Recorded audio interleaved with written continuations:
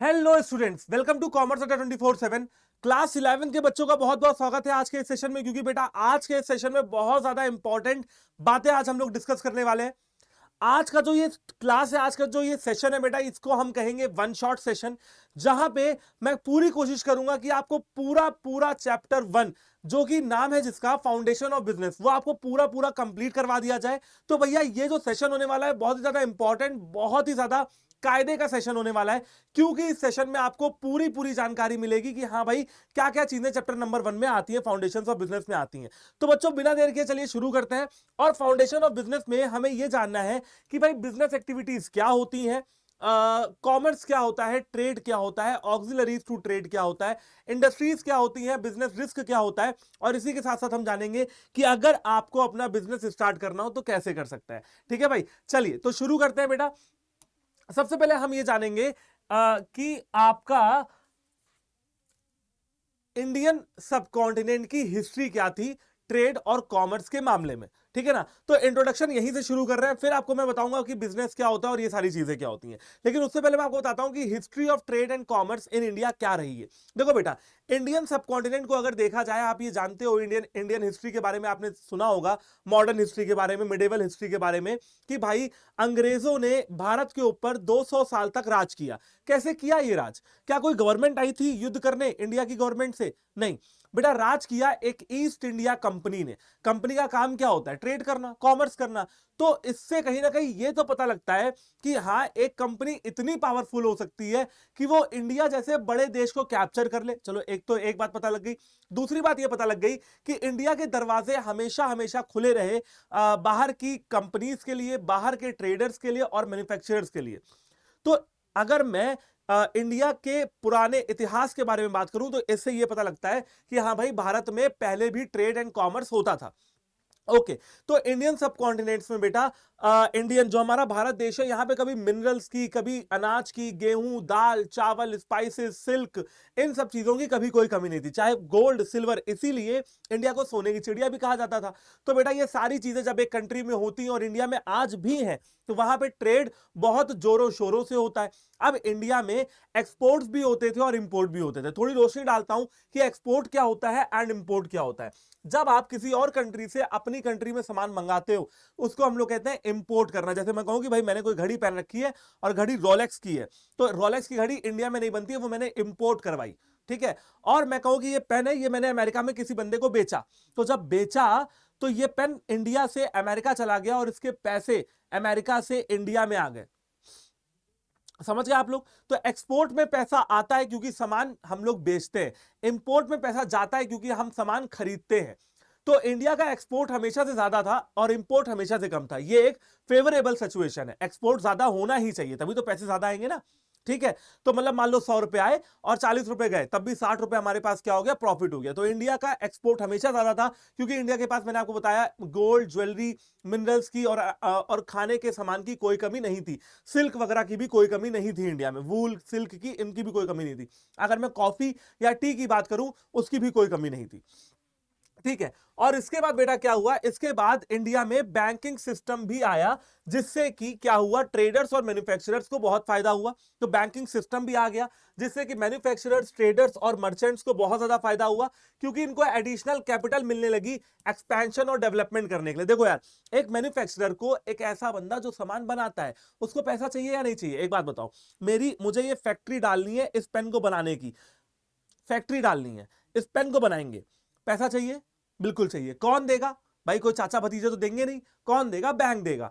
तो भैया इंडिया में इंडिजिनस बैंकिंग सिस्टम भी आ चुका था, अगर मैं हिस्ट्री की बात करूं, जहां पे बैंकों के द्वारा ट्रेडर्स और मैन्युफैक्चरर्स को लोन दिया जाता था ताकि वो अपने ट्रेड एंड कॉमर्स को अच्छे तरीके से कर सके। सेकंड पॉइंट बहुत ज्यादा इंपॉर्टेंट है। फिर बेटा क्या हुआ? इंडिजिनस बैंकिंग सिस्टम खत्म हुआ, मतलब ये जमींदारी सिस्टम, ये सब चीजें खत्म हुई और कॉमर्शियल बैंक्स आ गए। अब अगर कॉमर्शियल बैंक की मैं आपको बताऊं, आपने state bank of India, SBI का नाम सुना होगा, आईसीआईसीआई का नाम सुना होगा, एचडीएफसी का नाम सुना होगा, कैनरा बैंक का नाम सुना होगा, एक्सिस बैंक का नाम सुना होगा, इंडियन फर्स्ट बैंक का नाम सुना होगा। तो ये सारे ही कॉमर्शियल बैंक है जो क्या करते हैं, पब्लिक से डिपॉजिट लेते हैं और पब्लिक को लोन देते हैं और इसी से अपना प्रॉफिट कमाते हैं। तो कॉमर्शियल और इंडस्ट्रियल बैंक भी इंडिया में बनने लगे। इसी के साथ साथ एग्रीकल्चरल बैंक भी इंडिया में बनने लगे, जिससे क्या हुआ भाई, एग्रीकल्चर सेक्टर को बूम मिला, इंडस्ट्रियल सेक्टर को बूम मिला और स्मॉल स्केल इंडस्ट्रीज सेक्टर को भी बूम मिला। भाई बैंक का काम क्या होता है, लोन देना। इंडस्ट्रियल बैंक का काम क्या होता है, इंडस्ट्रीज को लोन देना। एग्रीकल्चरल बैंक का काम क्या होता है, फार्मर्स को लोन देना, ताकि वो कल्टीवेशन और एग्रीकल्चर की एक्टिविटीज को प्रॉपर तरीके से कर सके। ठीक है, तो ये सारे बैंक्स वगैरह बनने लगे। एग्रीकल्चर बैंक जैसे कि नाबार्ड, एंड अगर मैं इंडस्ट्रियल बैंक की बात करूं तो जैसे कि आईडीबीआई। नाबार्ड का फुल फॉर्म क्या हो जाएगा, national agriculture bank for rural development, और आईडीबीआई का फुल फॉर्म क्या हो जाएगा, industrial development bank of India, IDBI. ये एक इंडस्ट्रियल बैंक है। इसी के साथ साथ SIDBI, small industrial development bank of India. तो ये सारे, ये मैंने आपको कुछ एग्जांपल दिए ये प्रूव करने के लिए कि इंडस्ट्रियल बैंक इंडिया में है। कॉमर्शियल बैंक के मैंने आपको नाम बताया। ठीक है, अंत में क्या आता है ये जरा देखते हैं। अब वापस से अपने हिस्ट्री पे चलते हैं। Many leading trade centres were developed in ancient time. बेटा पुराने जमाने में, एंशिएंट टाइम में अगर इंडिया की हालत देखी जाए तो बहुत सारे लीडिंग ट्रेड सेंटर इंडिया में थे जो कि पूरे देश में लीड कर रहे थे। बहुत व्यापार इंडिया के जरिए होता था, इंपोर्ट और एक्सपोर्ट होता था, है ना। और उनके नाम यहां पे दे रखे हैं, जैसे पाटलिपुत्र, पेशावर जो कि आज पाकिस्तान में है, तक्षशिला पाकिस्तान में है, इंद्रप्रस्थ जिसको आज दिल्ली भी कहते हैं, मिथिला जो कि नेपाल में है, जहां की राजकुमारी थी सीता माता, जिनको मैथिली भी बोलते हैं, ठीक है, या मिथिला कुमारी भी बोलते हैं। मधुरम, सूरत, उज्जैन, कांची और मिथिला मेजर एक्सपोर्ट्स आइटम वर। और एक्सपोर्ट करता क्या था इंडिया, इंडिया के जो ट्रेडर्स थे ये क्या एक्सपोर्ट करते थे बेटा, ये एक्सपोर्ट करते थे स्पाइसेस, मतलब मसाले, जुबा केसरी नहीं, मसाले जो सब्जियों में हम लोग डालते हैं, जैसे कि गरम मसाला, हल्दी और धनिया, ये सब खड़े मसाले जिनको कहते हैं। वीट माने कि गेहूं का उत्पादन यहां बहुत होता था, आज भी होता है। उत्तर प्रदेश, बिहार, पंजाब गेहूं का उत्पादन बहुत होता है। शुगर, इंडिगो, इंडिगो मतलब क्या होता है बच्चों, नील। आप जो आज देखते हो नील उजाला करके जो एक नील आती है, जो हमारे मतलब मम्मियां हमारी स्कूल के शर्टों में नील लगाते थे, व्हाइट शर्ट में, बट वो नील जो है वो तो उजाला का आ रहा है। जो नील प्रॉपर हुआ करता था इंडियन लैंड पे, बिहार वगैरह में, चंपारण वगैरह जिलों में इंडिगो बहुत अच्छे तरीके से होता था। ओपियम, सीजम, ये सारी चीजों का एक्सपोर्ट बेटा बहुत टाइम तक इंडिया में होता रहा, मतलब इंडिया लीडिंग एक्सपोर्टर था इन सारी चीजों को लेके। और देख लेते हैं, तेल का यानी कि ऑयल का, कॉटन यानी कि रुई, पैरट तोते का, ठीक है, लाइव एनिमल्स, इंडिया में, इंडिया से लाइव एनिमल्स भी एक्सपोर्ट होते थे। आज भी कहते हैं गाय हमारी माता है, क्यों, क्योंकि भाई गाय, भैंस, ये सारी भी जितनी चीजें हैं जो लाइव कैटल्स हैं, ये हमको कहीं ना कहीं मिल्क देती हैं, मिल्क के प्रोडक्ट इनके मिल्क से बनते हैं। तो कहीं ना कहीं भाई एक पूज्य जानवर की तरह इनको देखा जाता है। तो उनका भी एक्सपोर्ट करते थे कि हाँ भाई बाहर की कंट्रीज को जरूरत है। हॉर्सेस वगैरह का एक्सपोर्ट करते थे, क्योंकि यहाँ के तो आपने हॉर्सेस के नाम सुने ही होंगे, महाराणा प्रताप का चेतक, ठीक है। एनिमल्स प्रोडक्ट, एनिमल के जितने भी प्रोडक्ट हुआ करते थे वो सब भी हम लोग इंडिया से एक्सपोर्ट करते थे। आप ये समझ गए होंगे कि कितनी रिच हिस्ट्री रही है इंडिया की ट्रेड और कॉमर्स के लिए। समझ गए पूरी बात को। तो ये हमारा बेटा था इंडिया का ट्रेड एंड कॉमर्स का हिसाब किताब। और भी बहुत सारी बातें हैं, जरा इनको देख लेते हैं। बिजनेस एक्टिविटीज धीरे धीरे बढ़ने लगी इंडिया में, और यहां पे ट्रेड भी बढ़ने लगा, ट्रांसपोर्टेशन बढ़ने लगा, ठीक है जी, बैंकिंग बढ़ने लगी, ओके, बैंक्स बढ़ने लगे, फाइनेंस एंड कम्युनिकेशन सेक्टर बढ़ने लगा। बेटा कम्युनिकेशन तो आप जानते ही हो, बातचीत करना, कम्युनिकेशन करना। पहले के जमाने में थोड़ा मुश्किल था कम्युनिकेशन करना, क्योंकि लैंडलाइन के फोन हुआ करते थे, तार वाले। उसके भी पहले चले जाओगे तो फोन हुआ ही नहीं करते थे, कबूतर, है ना भाई, जा जा जा कबूतर जा, पहले प्यार की पहली चिट्ठी साजन को दिया। तो कबूतरों का यूज हुआ करता था। और एक्चुअली में, मतलब हंसी मजाक की बात नहीं है, एक्चुअली में कबूतर्स का यूज हुआ करता था, पिजन्स का यूज हुआ करता था वॉर वगैरह के टाइम पे। उनके पैर में वो चिट्ठियां बांध के भेजा करते थे वॉर वगैरह में, संदेश पहुंचाने के लिए, जल्दी पहुंचाने के लिए। कम्युनिकेशन की बात की जाए तो रोड्स बनने लगी ट्रांसपोर्टेशन के लिए, जिससे आवाजाही और सुचारू रूप से हो गई, इंडिया की बात की जाए। उसके बाद क्या क्या कहा जा रहा है कि भाई इंडिया को, इंडियन सब कॉन्टिनेंट को स्वर्ण भूमि के नाम से जाना जाता था। वो तो आप जानते हैं, इंडिया को सोने की चिड़िया कहते हैं। थाईलैंड के एयरपोर्ट का नाम पता है क्या है? स्वर्ण भूमि इंटरनेशनल एयरपोर्ट, थाईलैंड का। और आपको जान के अच्छा लगेगा कि अगर आप चोल डायनेस्टी के बारे में पढ़ेंगे, चोला डायनेस्टी जो कि साउथ की डायनेस्टी थी, इसके रूट्स थाईलैंड तक थे, एक्चुअली में थे। और थाईलैंड के जो इंटरनेशनल एयरपोर्ट का नाम मैंने आपको बताया स्वर्ण भूमि इंटरनेशनल एयरपोर्ट है, ठीक है। तो स्वर्ण भूमि के नाम से इंडिया को जाना जाता था, एंड स्वर्ण द्वीप के नाम से, द्वीप समझते हैं, द्वीप द्वीप द्वीप बोले तो आइलैंड, तो स्वर्ण द्वीप के नाम से वो तो हो गया द्वीप जिसको आइलैंड बोलते हैं, द्वीप मतलब होता है दिया, तो स्वर्ण द्वीप के नाम से इंडिया को जाना जाता था। और बहुत सारे ट्रेवलर्स ने इंडिया को स्वर्ण भूमि या स्वर्ण द्वीप कहा है। उन ट्रेवलर्स के नाम यहां पे लिखे हुए, मेगास्थनीज ने कहा है, ओके, फाहीन ने कहा है, ह्यून सांग ने कहा है, अल बरूनी ने कहा है 11वीं सेंचुरी में। उसके बाद इब्ने बतूता, बगल में जूता पहने तो करते हैं चुर, ये गाना आपने सुना होगा, तो वो शायद इन्हीं के नाम से आया होगा, इब्ने बतूता। फ्रेंचमैन फ्रैंकोइस ने किया है 17वीं सेंचुरी में। बहुत सारे ट्रेडर्स एंड ट्रेवलर्स ने इंडिया को स्वर्ण भूमि कहा है, इससे हमको ये पता लगता है।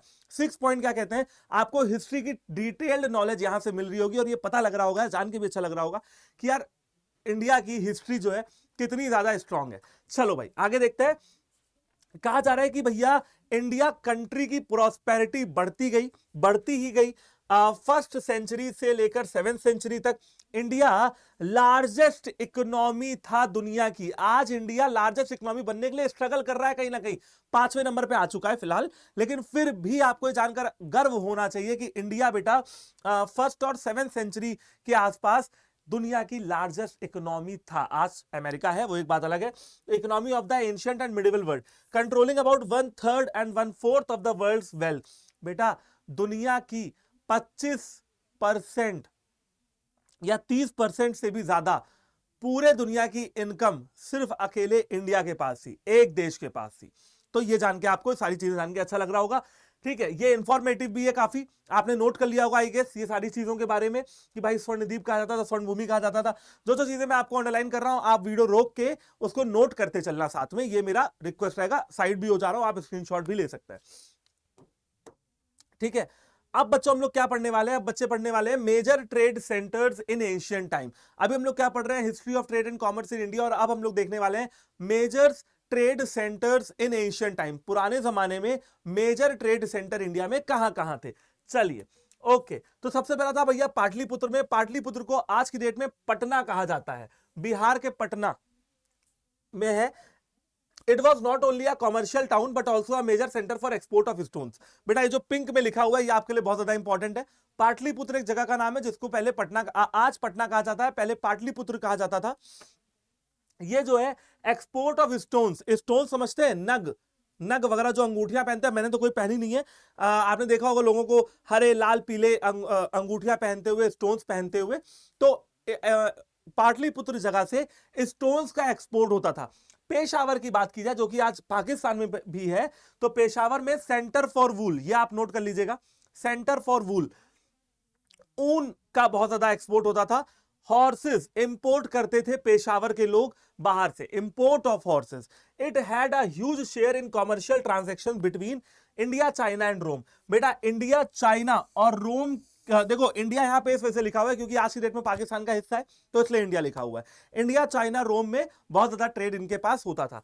तक्षशिला, तक्षशिला बहुत अच्छी जगहों में से एक है, मैं आपको बताता हूं, यूनेस्को ने वर्ल्ड हेरिटेज साइट भी तक्षशिला को घोषित कर रखा है। ऐसा क्या है सर तक्षशिला में? बेटा आपने चंद्रगुप्त मौर्य का नाम जरूर सुना होगा, उनके गुरु का नाम था कौटिल्य यानी कि चाणक्य यानी कि विष्णुगुप्त। 3 नाम थे, कौटिल्य, चाणक्य और विष्णुगुप्त। विष्णुगुप्त तब का नाम है जब वो प्रोफेसर हुआ करते थे तक्षशिला यूनिवर्सिटी में। कौटिल्य नाम रखा गया उनकी बुद्धि को लेके कि भाई उनकी बुद्धि जो है वो जटिल है, कौटिल है ना, कुटिल है, बिल्कुल चालाक है। और चाणक्य उनका नाम रखा गया जब वो गुरु बने। तो भैया चाणक्य जो गुरु थे चंद्रगुप्त मौर्य के, उन्होंने ही चंद्रगुप्त मौर्य को इंडिया का सबसे पावरफुल राजा बनाया था। एंड वो पहले प्रोफेसर थे, गुरु थे तक्षशिला यूनिवर्सिटी में, तक्षशिला विश्वविद्यालय में। तक्षशिला विश्वविद्यालय को जला दिया गया था बख्तियार खिलजी के द्वारा। तक्षशिला और नालंदा इंडिया की सबसे बड़ी 2 यूनिवर्सिटीज जहां पे हजारों वेदों को, पुराणों को एंड इंडियन मैन्यूस्क्रिप्ट्स को, जहां पे इंडियन हिस्ट्री के बारे में बहुत कुछ लिखा हुआ था, इलाज करने की विधियां लिखी हुई थी, बख्तियार खिलजी ने जला दिया था। ठीक है, तो तक्षशिला में बेटा बहुत डेवलपमेंट हो गई थी। तक्षशिला यूनिवर्सिटी की वजह से दूर दूर से लोग आते थे, मॉन्क्स आते थे और वहां पे पढ़ाई वगैरह करते थे। तक्षशिला को city of financial and commercial bank भी कहा जाता था। सोच लो इतने सालों पहले भी तक्षशिला इतनी ज्यादा इंपॉर्टेंट सिटी हुआ करती थी, इंडिया का पार्ट थी, जहां पे फाइनेंस और कमर्शियल बैंक बहुत ज्यादा डेवलप हो चुके थे। इसके साथ साथ बुद्धिस्ट सेंटर ऑफ लर्निंग, ये देखिए लिखा हुआ है ना, Buddhist centre of learning, Takshashila centre of learning भी था। यहाँ पे एक और चीज लिखी हुई, the famous Takshashila university flourished here. Takshashila university यही की है जिसके प्रोफेसर थे चाणक्य या चंद्रगुप्त मौर्य। ठीक है, इसके बाद आपने सुना होगा उनके बारे में जो इन्होंने जिन्होंने ये दिया है पंचतंत्र की कहानियां। तो आप कमेंट करके बताइएगा कि पंचतंत्र की कहानियां किसने लिखी हैं, वो भी वहीं से पढ़े हुए थे। पाणिनि जिन्होंने संस्कृत लैंग्वेज के बारे में बहुत रिसर्च किया था, वो भी वहीं से पढ़े हुए थे, वहीं पढ़ाते थे एक्चुअली में। ठीक है, चलिए आगे देखते हैं। Fourth place is Indraprastha. आज की डेट में दिल्ली कहा जाता है। इंद्रप्रस्थ कॉमर्शियल जंक्शन था किसके लिए? ईस्ट, वेस्ट, साउथ और नॉर्थ, मतलब यहां दिल्ली से होते हुए, आज भी ये बात सत्य है, दिल्ली से होते हुए हर जगह के रास्ते निकलते हैं, तो इंद्रप्रस्थ से होते हुए एक रॉयल रोड निकलती थी। रॉयल रोड समझते हैं? रॉयल रोड बोले तो भैया यहां जो ये था, जो हब था, बीचों बीच का इलाका था, जहां से पूरे इंडिया के लिए रास्ते निकलते थे, रूट्स निकलते थे, routes leading to the east, west, south and north. ठीक है बच्चों, पांचवा आता है मथुरा। मथुरा आप जानते हो श्री कृष्ण की जन्मभूमि। तो मथुरा में क्या था, मथुरा एक बार देख लेते हैं। मथुरा में ट्रेड होता था बहुत ज्यादा, एंड लोग जो है people here subsisted on commerce, लोग कॉमर्स के ऊपर ही निर्भर थे। समझ रहे हो? Many routes from south India touched Mathura and Broach. South India से जो रूट निकलते थे वो मथुरा तक पहुंचते थे। छठा आता है बनारस, महाकाल का महाकाल की नगरी, जिसको कहते हैं कि महादेव के त्रिशूल पे टिका हुआ है शहर बनारस। तो बनारस की बात की जाए तो यहां पे गैंगटिक रूट था बेटा। पहले नदियों को भी ट्रांसपोर्ट के तरह देखा जाता था, नदियों से भी बहुत सारा ट्रांसपोर्ट होता है, आज भी होता है। ठीक है भाई, नाव वाव चलती है, समझ गए बच्चों? तो यहां पे क्या कहा जा रहा है कि भैया जो ये हमारा बनारस है, ये गैंगटिक रूट हुआ करता था, हाईवे हुआ करता था जो नॉर्थ को ईस्ट से जोड़ता था, linked north with the east. और बनारस टेक्सटाइल इंडस्ट्री के नाम पे बड़ा फेमस हुआ। बनारसी साड़ियां आपने जरूर सुनी होंगी, बनारसी साड़ियां आपकी मम्मी हो सकता है खरीद के लाती हो बनारसी साड़ियां, बनारसी सिल्क की साड़ियां। तो टेक्सटाइल इंडस्ट्री के मामले में बड़ा फेमस था। उसके बाद ब्यूटीफुल गोल्ड सिल्क क्लोथ, ये देखिए नाम लिया और शैतान हाजिर, beautiful gold silk cloth, silk का कपड़ा जिसपे गोल्ड की चादर हो या गोल्ड से नक्काशी की गई हो। सैंडलवुड है ना, मतलब चंदन की लकड़ियां, ये सारी चीजें यहां पाई जाती थी। और बनारस का जो लिंक था वो तक्षशिला और भरूच से भी था उस जमाने पे। सातवां आता है देश हमारा, सातवां हमारी जगह आती है मिथिला। मिथिला मैंने आपको बताया कि भैया सीता माता की बर्थ प्लेस है, उनको मैथिली भी इसी वजह से कहा जाता है, मिथिला कुमारी भी इसी वजह से कहा जाता है।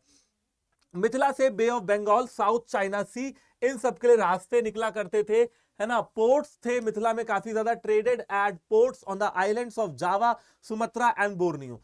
Mithila establish trading colonies in south China, especially in Yunnan. Mithila प्रदेश ने साउथ चाइना में, यूनान में खासकर ट्रेडिंग कॉलोनीज भी बना रखी थी अपने ट्रेड को करने के लिए। देख रहे कितना ज्यादा डेवलप्ड थे कि इंडियन लोग चाइना में जाके ट्रेडिंग कॉलोनीज बना रहे हैं ताकि हमारा ट्रेड हो। अब आप सोच लीजिए, लोग कहते हैं इंडिया जो है वो बैकवर्ड लोगों का देश है।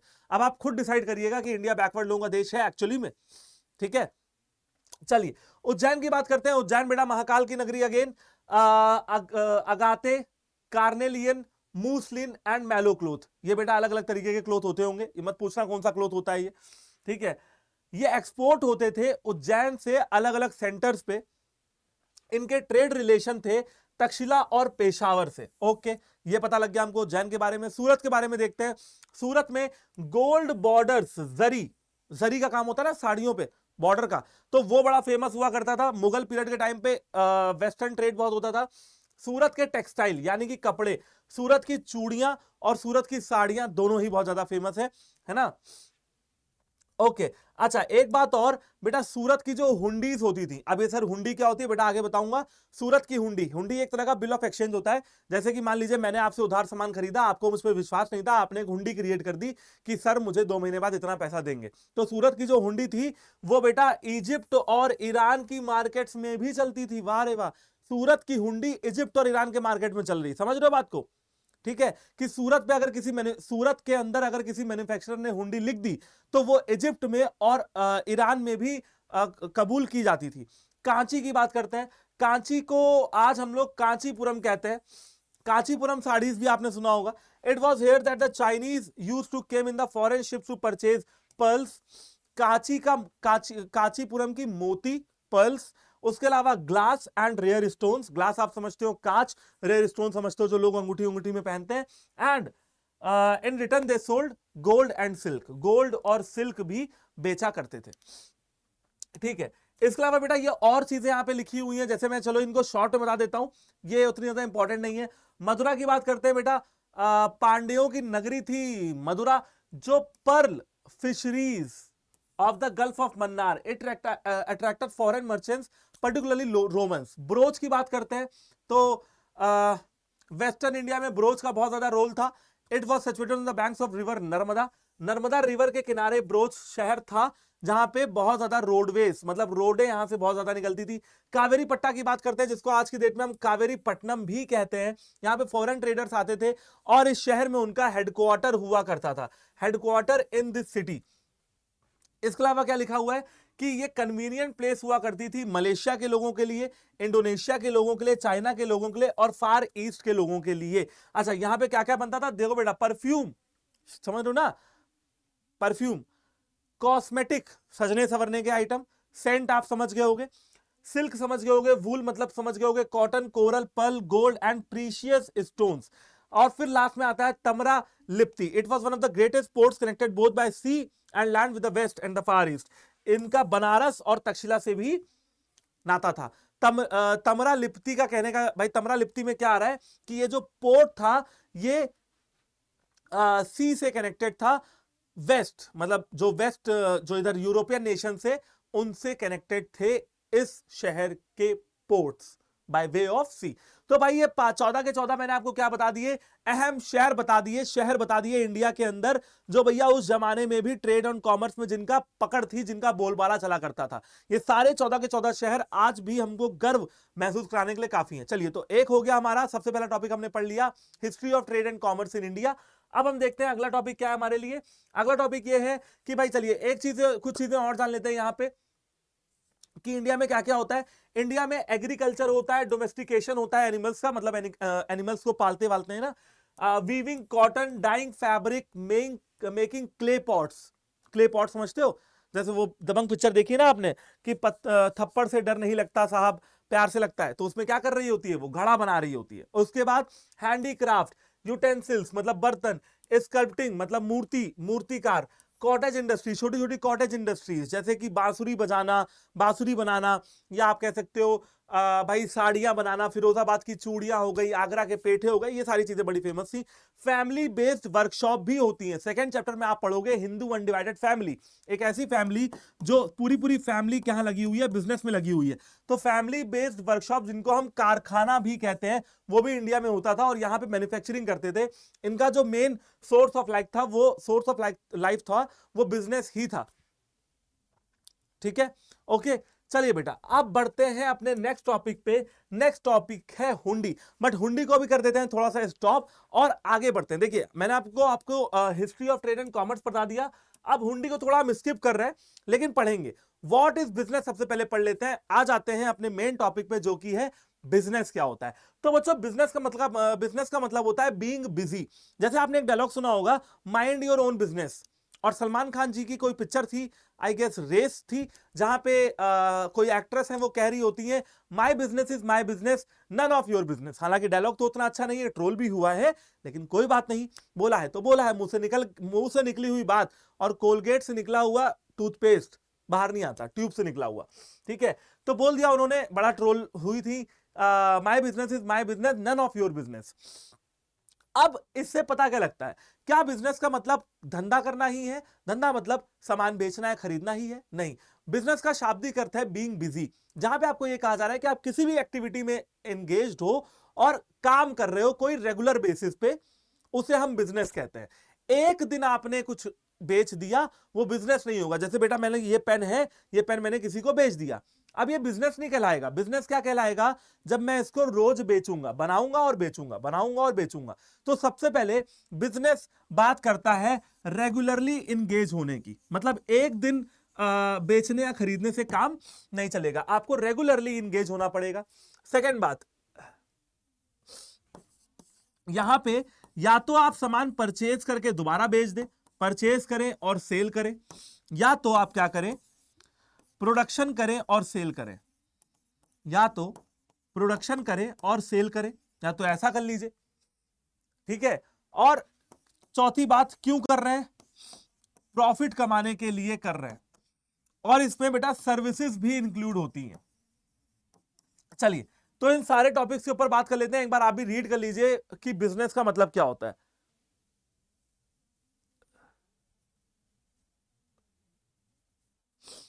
बेटा बिजनेस रिफर्स टू, मैं जरा रीड कर लेता हूं क्योंकि मैंने तो पॉइंट्स यहां पे लिख दिए हैं ऑलरेडी, आप भी नोट कर लीजिएगा। Business refers to an occupation in which people regularly engaged in activities in which people regularly engaged.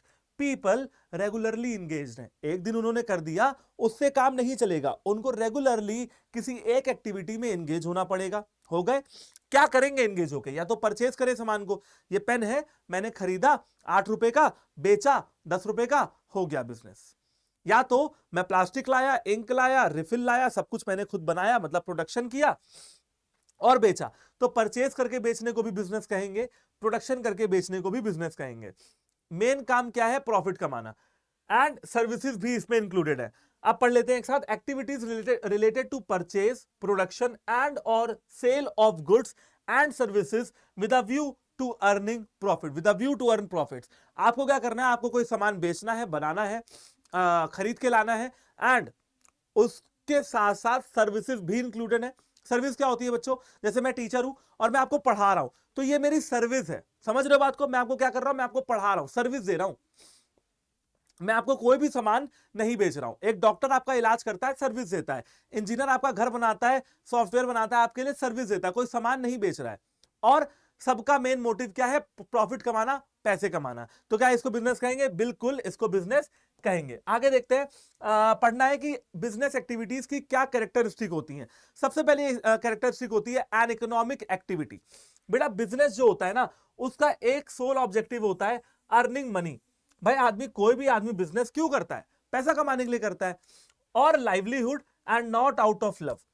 बेटा पैसे कमाने के लिए या अपनी लाइवलीहुड अर्न करने के लिए कोई भी इंसान बिजनेस करता है। आउट ऑफ लव में जो काम किया गया, जैसे हमारी मम्मी हमारे लिए रोज सुबह उठ के खाना बनाती है, नाश्ता बनाती है, डिनर बनाती है, और भी बहुत कुछ स्नैक्स वगैरह बनाती है, तो वो कोई बिजनेस कर रही है? नहीं, वो आउट ऑफ लव हमारे लिए कर रही है। ठीक है, प्यार है उनको हमसे, हम उनकी संतान है, इसलिए हमारे लिए कर रही हैं। ठीक है, तो उनका मेन ऑब्जेक्टिव पैसा कमाना नहीं है, इसलिए जो मम्मी हमारे लिए कर रही हैं हम उसको बिजनेस नहीं कहेंगे, उसको हम कहेंगे कि हाँ आउट ऑफ लव कर रही हैं। तो बिजनेस बेटा इकोनॉमिक एक्टिविटी में होना बहुत जरूरी है, जिसका मेन काम होना चाहिए पैसे कमाना। अब मान लो मैं मम्मी का कोई बिजनेस स्टार्ट करा दूं जहां पे मम्मी सैंडविच बना के बेचती हो, तो वो क्या हो जाएंगी? वो बिजनेस वुमेन हो जाएंगी, वो बिजनेस करने लगेंगी, क्योंकि अब वो बेच रही हैं। पहले भी वो खाना बना रही थी मगर मेरे लिए बना रही थी, आज वो खाना बना रही हैं और बेचने के लिए बना रही हैं। तो जब मेरे लिए बना रही थी तो वो बिजनेस नहीं था, क्योंकि वो इकोनॉमिक एक्टिविटी नहीं था, लेकिन आज जब वो बेच रही हैं तो वो बिजनेस होगा, मतलब इकोनॉमिक एक्टिविटी होगा। आगे देखते हैं, तो लव के कारण किया हुआ कोई भी काम, अफेक्शन के कारण किया हुआ कोई भी काम, सिंपैथी के कारण किया हुआ कोई भी काम, और इमोशन के कारण किया हुआ कोई भी काम बिजनेस नहीं कहलाएगा। Activity can be undertaken either on small and individual level. Activity छोटे लेवल पे भी हो सकती है और बड़े लेवल पे भी हो सकती है। शॉपकीपर छोटे लेवल पे होता है और एक कोऑपरेटिव सोसाइटी और कंपनी बड़े लेवल पे होता है। तो चाहे बेटा इंडिविजुअल लेवल की बात हो और चाहे लार्ज स्केल की बात हो, बिजनेस बिजनेस रहेगा। शॉपकीपर भी बिजनेसमैन होता है और एक कंपनी या कोऑपरेटिव सोसाइटी भी बिजनेस कर रही होती है। तो पहला कैरेक्टरिस्टिक आप सबको समझ में आ गया होगा, एन इकोनॉमिक एक्टिविटी। बिजनेस का पहला कैरेक्टरिस्टिक है कि वो एक इकोनॉमिक एक्टिविटी है। सेकंड बात, प्रोडक्शन और procurement of goods and services. यहां पे आपको या तो प्रोडक्शन करना है तो परचेज करना है। प्रोड्यूस और procured by business enterprise consumable item of daily use. बेटा ऐसा कोई सामान जो हम कंज्यूम करने के लिए लाते हैं, बेचने के लिए नहीं लाते हैं, वो बिजनेस के अंदर नहीं आता है। हालांकि कंज्यूमेबल आइटम होते क्या है जरा वो देख लेते हैं। जैसे कि शुगर, घी, पेन, नोटबुक। कैपिटल गुड जैसे कि मशीनरी, फर्नीचर, ये सारे ही सामान गुड्स में आते हैं, ये सारे ही सामान आप बेच सकते हो। चाहे वो कंज्यूमेबल आइटम हो जो डेली यूज वाले होते हैं जैसे शुगर, घी, पेन, नोटबुक, चाहे वो कैपिटल गुड हो, बड़े बड़े गुड हो जैसे मशीनरी, फर्नीचर, कार, बस, ट्रक, वो आप रोज नहीं खरीदते हो, लेकिन वो भी गुड्स में आते हैं, उनका भी आप प्रोडक्शन कर सकते हो। सर्विसेज में क्या क्या आता है जरा देखते हैं। Services may include facilities offered to consumers, businesses, firms and organizations in the form of transportation, banking, electricity। देखो बेटा, बैंक वाले हैं, बैंक वाले, ये जो बैंकिंग सिस्टम है ना, ये हमको कोई सामान तो बेचता नहीं है, तो हमको बैंकिंग सर्विसेज देता है। ये ट्रांसपोर्टेशन करने वाले जो जो अपनी ट्रकें चलवाते हैं, वो क्या कर रहे हैं, वो कोई सामान बेच रहे नहीं, वो हमको अपनी ट्रकों की सर्विस दे रहे हैं। और बिजली की, तो भाई ये सारी सर्विसेज भी बिजनेस में आती हैं, समझ गए। चाहे आप ट्रांसपोर्टेशन के बिजनेस में इन्वॉल्व हो, बिजनेस कहेंगे। आप इलेक्ट्रिसिटी देने के बिजनेस में इन्वॉल्व हो, बिजनेस कहेंगे। आप बैंकिंग के बिजनेस में इन्वॉल्व हो, उसको बिजनेस कहेंगे। चाहे तो आप सामान को बना के उसको बेचने के बिजनेस में इन्वॉल्व हो, उसको भी बिजनेस कहेंगे। थर्ड पॉइंट इज सेल और एक्सचेंज। आपको जो सामान आपने बनाया है उसको बेचना पड़ेगा। बिजनेस में ट्रांसफर और एक्सचेंज भी आता है। और कैसे करोगे ट्रांसफर और एक्सचेंज? बेच के करोगे, मतलब बदले में कुछ पैसा चाहिए, हमको पैसा दो, हमसे सामान लो। लेकिन अगर गुड्स पर्सनल कंजम्पशन के लिए यूज हो रहे हैं तो it can not be called as a business activity. अगर आप पर्सनल कंजम्पशन के लिए गुड्स का यूटिलाइजेशन कर रहे हो तो उसको बिजनेस एक्टिविटी में नहीं डालेंगे। मान लीजिए किसान और किसान ने 2 बीघे में गेहूं की फसल बोई है, 1 बीघा बेच दिया, 1 बीघा घर के लिए रख लिया, क्योंकि बाहर से गेहूं थोड़ी ना खरीदेगा, गेहूं तो खाएगा ही, रोटी तो खाएगा ही। तो 1 बीघे को ही बिजनेस एक्टिविटी माना जाएगा, बाकी 1 बीघे को नहीं माना जाएगा, क्योंकि वो उसने अपने घर में खाने के लिए रख लिया। Cooking food at home for the family is not business. Family के लिए खाना बनाना बिजनेस नहीं है, लेकिन cooking food and selling it to others in a restaurant is business. Business क्या है? रेस्टोरेंट में खाना बनाना और बेच देना। खाना दोनों जगह बन रहा है, एक तरफ हम खा ले रहे हैं और एक तरफ बेच दे रहे हैं। Dealing in good and services on a regular basis, यहां पे रेगुलर रहना पड़ेगा आपको। Business involves dealing in goods और services on a regular basis. एक सिंगल ट्रांजैक्शन, चाहे वो सेल का हो, परचेज का हो, डज नॉट कॉन्स्टिट्यूट बिजनेस। बेटा एक सिंगल ट्रांजैक्शन, चाहे सेल का हो चाहे परचेज का हो, वो बिजनेस नहीं कहलाता है। चलिए 5वें नंबर पे आते हैं, प्रॉफिट अर्निंग।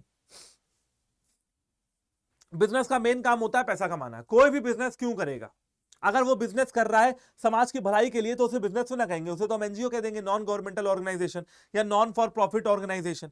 प्रॉफिट कमाने के लिए कर रहा है तो इसका मतलब कि वो बिजनेस है, और बिजनेस वही है जो प्रॉफिट कमाने के लिए किया जाए। दोनों बातें आपस में इंटर रिलेटेड है। One of the main purpose of business is to earn income by way of profit. Profit कमाना इनका मेन काम है। कोई भी बिजनेस प्रॉफिट के बिना सर्वाइव नहीं कर सकता है। इसी वजह से एक बिजनेसमैन हर मुमकिन प्रयास करता है पैसा कमाने के, चाहे वो अपनी सेल को बढ़ाए या कॉस्ट को कम करे। ठीक है, मान लीजिए सेल को बढ़ाता है तो भी प्रॉफिट ज्यादा होगा, और अपनी लागत को कम करता है तो भी प्रॉफिट ज्यादा होगा। अब एक बिजनेसमैन के ऊपर है कि वो क्या करता है। ये हो गया प्रॉफिट अर्निंग। और अपना जो अगला हमारा एक्टिविटी है वो है अनसर्टेनिटी ऑफ रिटर्न। सुनिए ध्यान से, क्या इसको हम रिस्क कह सकते हैं? बिल्कुल, इसको हम रिस्क भी कह सकते हैं। बेटा अनसर्टेनिटी का क्या मतलब है? हमने जो पैसे लगाए, जो कैपिटल हमने बिजनेस में लगाया, क्या कोई गारंटी है कि वो वापस निकल आएगा? क्या गारंटी है कि मैं प्रॉफिट कमा लूंगा? नहीं। Every business invest money. हर बिजनेस कैपिटल के तौर पे अपने पैसे को इन्वेस्ट करता है प्रॉफिट कमाने के लिए, बट हमेशा ही ये चांस बना रहता है कि आपको लॉस भी हो सकता है, being incurred despite the best efforts put into the business. आप बिजनेस में कितने भी बेस्ट एफर्ट्स लगा लो, there is always a chance of loss. ये तो आप जानते ही होंगे, आपने सुना भी होगा लोगों से बात करते हुए कि भाई बिजनेस कोई भी कर ले, लॉस हो सकता है। कैसे होगा? मान ले दुकान खोल ली तूने, तूने तो दुकान खोल ली, मान ले चले ना, ठीक है। कभी कभी क्या होता है, बहुत सारी चीजों का फर्क पड़ता है। अब मेरे एक दोस्त ने दुकान खोली और वो मार्केट में नहीं थी। मार्केट में ना होने का मतलब ये है कि वो भाई मार्केट से थोड़ी दूर पे थी। अब वहां जो ट्रैफिक की आवाजाही है वो थी ही नहीं, लोग वहां रुकते ही नहीं थे। अब अगर आप हाईवे पे दुकान खोल लेंगे तो नहीं चलेगी वो, क्योंकि लोग तो चल रहे हैं ना, वो रुक ही नहीं रहे। भाई मार्केट में ही आदमी दुकान खोलता है, क्यों? क्योंकि मार्केट में लोग रुक रहे हैं सामान खरीदने के लिए। एक हाईवे पे अगर आप स्टेशनरी की दुकान खोलोगे, चलेगी? भाई एक हाईवे है जहां पे लोग चल रहे हैं, वहां पे आप स्टेशनरी की दुकान खोल लोगे, चलेगी? कोई मतलब ही नहीं है। मार्केट में ही आएंगे बच्चे स्टेशनरी का सामान खरीदने। हाँ, हाईवे पे क्या चलेगा? ढाबे चलेंगे, खाने के लिए लोग रुकते हैं। समझ गए? तो अनसर्टेनिटी ऑफ रिटर्न मतलब लॉस होने के पूरे पूरे चांसेस है। एलिमेंट ऑफ रिस्क, ये मैंने आपको बता दिया कि रिस्क का एलिमेंट हमेशा जुड़ा रहता है। No business can all together do away with risk. बेटा कोई भी बिजनेस ऐसा नहीं है, दुनिया में कोई ऐसा बिजनेस नहीं जहां पे रिस्क ना हो। रिस्क होता क्या है? कोई अनफेवरेबल या अनडिजायरेबल इवेंट जिसको हम चाहते ना हो और हो जाए। रिस्क आता कैसे है? मान लीजिए आपका कोई कंज्यूमर है, उसका टेस्ट एंड प्रेफरेंस चेंज हो जाए, फैशन चेंज हो जाए। जैसे बेटा आजकल फैशन चेंज भी हो गया, बहुत ज्यादा फैशन चेंज हो गया। आजकल लोग अपने बाल वाल को कलर कराने लगे, पहले नहीं कराते थे। आजकल लोग नैरो बॉटम पैंट्स पहनने लगे, पहले नहीं पहनते थे। पहले लोग धोती पहन लेंगे, या आपने अमिताभ बच्चन वगैरह को देखा होगा, विनोद खन्ना को देखा होगा, देवानंदों की पिक्चर, देवानंद वगैरह की पिक्चर देखी होगी, जहां पे वो क्या कर रहे हैं, नीचे से चौड़ी वाली पैंट पहन रहे हैं, जिसको हम लोग बेल बॉटम भी कहते थे। लेकिन आजकल नैरो बॉटम का जमाना आ गया। ठीक है, change in method of production, production के मेथड्स में चेंज हो जाए, स्ट्राइक या लॉकआउट हो जाए। स्ट्राइक तो आप जानते ही हो, हमारी मांगे पूरी करो वरना हम काम नहीं करेंगे। कई बार आपने न्यूज में देखा होगा कि किसी अस्पताल के सारे डॉक्टर स्ट्राइक पे बैठ गए हो और मरीजों को बहुत दिक्कतें होती है ना। और या तो कोई नेचुरल कैलेमिटी आ जाए, या भैया कंपटीशन बढ़ जाए, या चोरी हो जाए, आग लग जाए, ऐसा कुछ भी हो जाए तो रिस्क उसको कहेंगे। Strike, lockout, change in technology, change in production method, change in fashion, change in taste, increase competition, fire, theft, work place में कोई दिक्कत, या नेचुरल कैलेमिटी। ये सारे ही रीजंस हो सकते हैं किसके? रिस्क के। चलो जी, तो ये हमने जान लिया भैया कि बिजनेस और बिजनेस एक्टिविटीज की क्या कैरेक्टरिस्टिक्स हैं। दो टॉपिक हमारे क्लियर हो चुके हैं, पहला history of trade and commerce, और दूसरा characteristics of business and business activities. अब हम जानेंगे कि बिजनेस, प्रोफेशन और एम्प्लॉयमेंट में क्या फर्क होता है। देखो यार, बिजनेसमैन, मोड ऑफ एस्टैब्लिशमेंट की बात करते हैं। आई होप कि ये पूरा चार्ट आपको कायदे से नजर आ रहा होगा, है ना। तो फुल नजर आ रहा है तो चलिए ध्यान से देखिएगा बेटा, ये कंपैरिजन आपके लिए बहुत ज्यादा जरूरी है। देखो यार, एक बिजनेसमैन क्या कहेंगे, entrepreneur decisions and other legal formalities if necessary. एक बिजनेसमैन को अपना बिजनेस एस्टैब्लिश करना होगा तो कैसे करेगा? वो बेटा डिसीजन लेगा सबसे पहले कि मेरे को बिजनेस करना है, उसके बाद लीगल फॉर्मेलिटीज को फुलफिल करेगा। जैसे कि मान लो मुझे एक कंपनी खोलनी है तो मुझे रजिस्ट्रार ऑफ कंपनीज, शॉर्ट में बोलते हैं ROC, में जाना पड़ेगा और अपनी कंपनी का नाम, पता, मोबाइल नंबर सब रजिस्टर कराना पड़ेगा। अगले दिन मेरी कंपनी खुल जाएगी। अगर मैं सारे टर्म्स एंड कंडीशन को फुलफिल करता हूं, सारा डॉक्यूमेंटेशन वगैरह सही है, तो मेरी कंपनी रजिस्ट्रार ऑफ कंपनी में जाके रजिस्टर हो जाएगी, खुल जाएगी। लेकिन एक प्रोफेशन में आने के लिए आपको क्या करना चाहिए? जैसे बेटा मैं कहूं प्रोफेशन का एग्जाम्पल सीए के लिए आपको ICAI, institute of chartered accountancy of India से आपको डिग्री लेनी पड़ेगी, पढ़ना पड़ेगा। तो यहां पे मेंबरशिप बहुत जरूरी है, membership of a professional body and certificate of practice. आपको सर्टिफिकेट मिल जाएगा सीए का, भाई सीए को डिग्री मिलती है ना।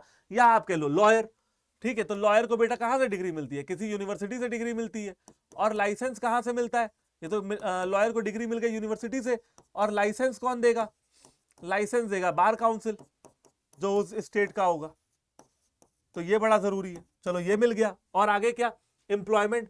एम्प्लॉयमेंट में क्या मिलता है? मान लो मैं कहीं नौकरी कर रहा हूं, तो नौकरी मुझे कैसे मिली? जब मुझे ऑफर आया, मैंने अपना काम करके दिखाया, इंटरव्यू वगैरह हुआ, टेस्ट वगैरह हुआ, पास हो गए, फिर मुझे अपॉइंटमेंट लेटर दे दिया गया और सर्विस एग्रीमेंट दे दिया गया। समझ गए दोनों में डिफरेंस? एंटरप्रेन्योर कैसे बनेगा, बिजनेसमैन कैसे बनेगा, प्रोफेशन कैसे होगा, और एम्प्लॉयमेंट कैसे शुरू होगी। अब बात करते हैं नेचर ऑफ वर्क।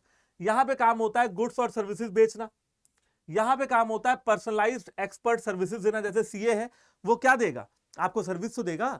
सीए का काम क्या होता है? टैक्स के बारे में सर्विस देना, फाइनेंस के बारे में सर्विस देना, आपके पैसे को मैनेज करना। ये जो बड़े बड़े सेलिब्रिटीज हैं, ये भी अपने पर्सनल सीए रखते हैं इनके पैसे को मैनेज करने के लिए।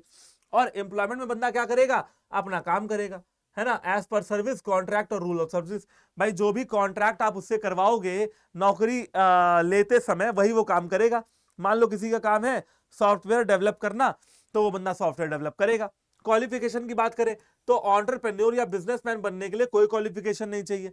लेकिन प्रोफेशन की बात करें तो यहां पे ट्रेनिंग भी चलती है और क्वालिफिकेशन की भी जरूरत है। ट्रेनिंग की क्यों जरूरत है? क्योंकि बेटा ट्रेनिंग, जैसे सीए की बात करें तो यहां पे 3 साल की ट्रेनिंग होती है, जिसको सीए के टर्म में आर्टिकलशिप भी कहा जाता है ना, आर्टिकलशिप। आप और अदर वर्ड देखोगे तो इंटर्नशिप भी कह सकते हो। लेकिन यहां एम्प्लॉयमेंट की बात करें तो यहां भी क्वालिफिकेशन और ट्रेनिंग एम्प्लॉयर के द्वारा बताई जाएगी। जैसे मैं अगर मैं कहूं कि मैं कॉमर्स पढ़ाता हूं, तो मुझे आनी चाहिए ना कॉमर्स। मैंने कॉमर्स में कोई डिग्री विग्री ले रखी होगी तभी तो नौकरी देंगे। तो qualification and training as prescribed by the employer. अब मेरे एम्प्लॉयर ने मुझे बताया कि भाई तेरे को ये डिग्री चाहिए, तेरे पास ये डिग्री है तो तू नौकरी कर सकता है। यहां पे आपको रिटर्न क्या मिलेगा? अगर आप बिजनेस करेंगे तो प्रॉफिट मिलेगा, अगर आप प्रोफेशन सीए में रहेंगे तो आपको प्रोफेशनल फीस मिलेगी, और अगर आप एम्प्लॉयमेंट में रहेंगे तो आपको सैलरी और वेजेस मिलेगा। सैलरी जानते ही हो। कैपिटल इन्वेस्टमेंट, यहां पे कैपिटल इन्वेस्टमेंट की बहुत जरूरत होती है, क्योंकि कोई भी बिजनेस बिना कैपिटल इन्वेस्ट किए आगे नहीं बढ़ सकता है। प्रोफेशन की बात की जाए तो यहां पे बहुत लिमिटेड कैपिटल लगानी पड़ेगी। भाई लिमिटेड प्रोफेशन में काहे की कैपिटल, बहुत छोटी मोटी कैपिटल। अब मान लो एक सीए को ही, चलो सीए का एग्जांपल ले लेते हैं। मान लो सीए को ऑफिस बनाना है, तो ऑफिस बनाने में कितना पैसा खर्च हो जाएगा? 2 लाख 3 लाख, इससे ज्यादा क्या खर्च हो जाएगा? ठीक है। लेकिन बिजनेस स्टार्ट करने के लिए और पैसा खर्च हो जाएगा, 10 12 20 लाख खर्च हो जाएगा। और एम्प्लॉयमेंट में तो कोई कैपिटल नहीं लगानी पड़ती। जैसे मैं नौकरी कर रहा हूं तो मैंने कोई कैपिटल थोड़ी ना लगाई, कोई कैपिटल नहीं लगाई। अब चलिए यहां देखते हैं, रिस्क की बात करते हैं। यहां पे रिस्क है, profit are uncertain and irregular, risk is present. Risk है प्रोफेशन में, ठीक है, कुछ थोड़ा बहुत रिस्क है, ज्यादा रिस्क नहीं है। जैसे मैं कहूं कोविड-19 के समय पे सीए का भी क्या काम, तो थोड़ा बहुत रिस्क है, ज्यादा रिस्क नहीं है। और एम्प्लॉयमेंट में तो बिल्कुल भी रिस्क नहीं है, नो रिस्क। तो यहां पे रिस्क है, यहां पे थोड़ा है, और यहां पे बिल्कुल भी नहीं है।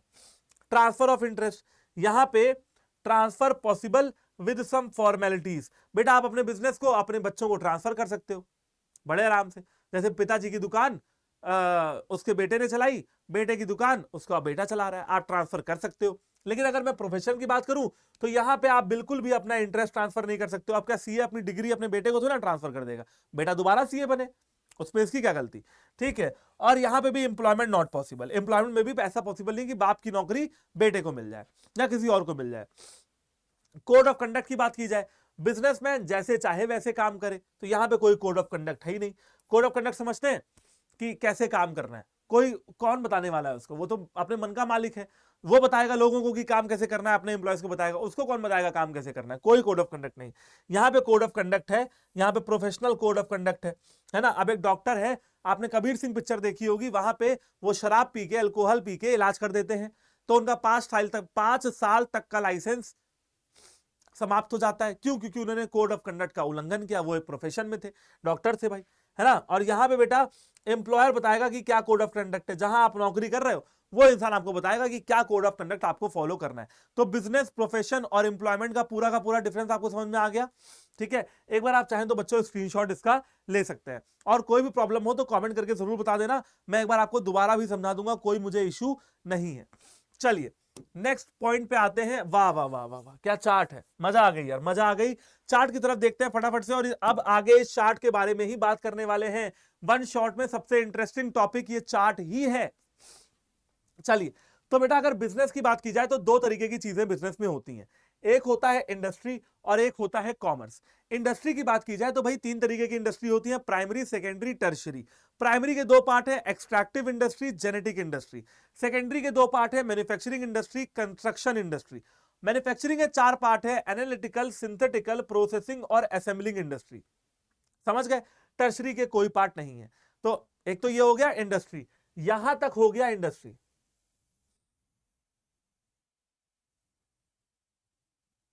ठीक है, ओके जी। अब इधर आते हैं कॉमर्स। कॉमर्स के होते हैं 2 पार्ट, सब पढ़ाने वाला हूं अब पूरे वन शॉट में। यही तो चलेगा कि बिजनेस क्या होता है, इंडस्ट्री, कॉमर्स, अब यही चलेगा पूरे वन शॉट में, यही चलेगा, और यही हमारे चैप्टर का खात्मा है। इसके बाद हमें बस 2 चीजें पढ़नी पड़ेंगी, बिजनेस रिस्क और एक बिजनेस स्टार्ट कैसे होता है। तो कॉमर्स में 2 चीजें आती हैं, ट्रेड और ऑक्सिलरीज टू ट्रेड। ट्रेड में आती हैं 2 चीजें, इंटरनल, एक्सटर्नल। इंटरनल ट्रेड मतलब देश के अंदर, एक्सटर्नल ट्रेड मतलब देश के बाहर। इंटरनल में आता है होलसेल, रिटेल। होलसेल रिटेल आप जानते ही होंगे, जब होलसेलर होता है वो सामान को मैन्युफैक्चरर से लेके आता है और रिटेलर को बेचता है। रिटेलर होलसेलर से लेके आता है और कंज्यूमर को बेचता है। जैसे आपकी मोहल्ले की जो दुकानें हैं वो रिटेल शॉप्स है, और होलसेलर एक शहर में जैसे एक हो गया। ठीक है। एक्सटर्नल की बात करें तो इंपोर्ट, एक्सपोर्ट, एंटरप्रोट, ये भी सुन लीजिए। इंपोर्ट मतलब बाहर से सामान मंगाना, एक्सपोर्ट मतलब यहां से सामान बाहर भेजना, और एंटरप्रोट मतलब एक एग्जांपल दे देता हूं। मान लो अमेरिका से ब्रेड खरीदी, इंडिया में उसकी सैंडविच बनाई और जापान में बेच दी। अमेरिका से ब्रेड खरीदी, एग्जांपल दे रहा हूं, अब ये मत कहना सर ब्रेड आता है तो सड़ जाएगी, एग्जांपल है। अमेरिका से ब्रेड खरीदी, इंडिया में सैंडविच बनाई और जापान में बेच दी, तो ये क्या हो जाएगा, एंटरपोर्ट। जहां पे 2 कंट्रीज का रहता है, मतलब इंपोर्ट भी हो रहा है, इंपोर्ट क्या हुआ, ब्रेड, और एक्सपोर्ट क्या हुआ, सैंडविच। पैसा ज्यादा किसने कमाया, इंडिया ने। ऑक्सिलरीज टू ट्रेड का मतलब वो क्या होता है कि ऐसी एक्टिविटीज जो ट्रेड को फायदा दे, जो ट्रेड को अच्छा करे। तो यहां पे आता है ट्रांसपोर्टेशन, जानते ही हो, वेयर हाउसिंग, स्पेस देना सामान स्टोर करने के लिए, इंश्योरेंस जानते ही हो, जिंदगी के साथ भी जिंदगी के बाद भी, बैंकिंग एंड फाइनेंस, और एडवर्टाइजिंग पहले इस्तेमाल करें फिर विश्वास करें। ये सारी चीजें डिटेल में पढ़ाने वाला हूं, but this chart is very very very very very very very important to all of you. बेटा इसका स्क्रीनशॉट खींच लेना, क्योंकि जब ये क्वेश्चन पेपर में आएगा तो ये पूरा चार्ट बना के जो इंप्रेशन क्रिएट करोगे ना तुम, की यार मजा आ जाएगी, एग्जामिनर को भी और तुमको भी नंबर ऐसे फूट फूट के देगा। तो चलो बेटा फटाफट से इसका स्क्रीनशॉट खींचो और कॉपी में कर लेना note.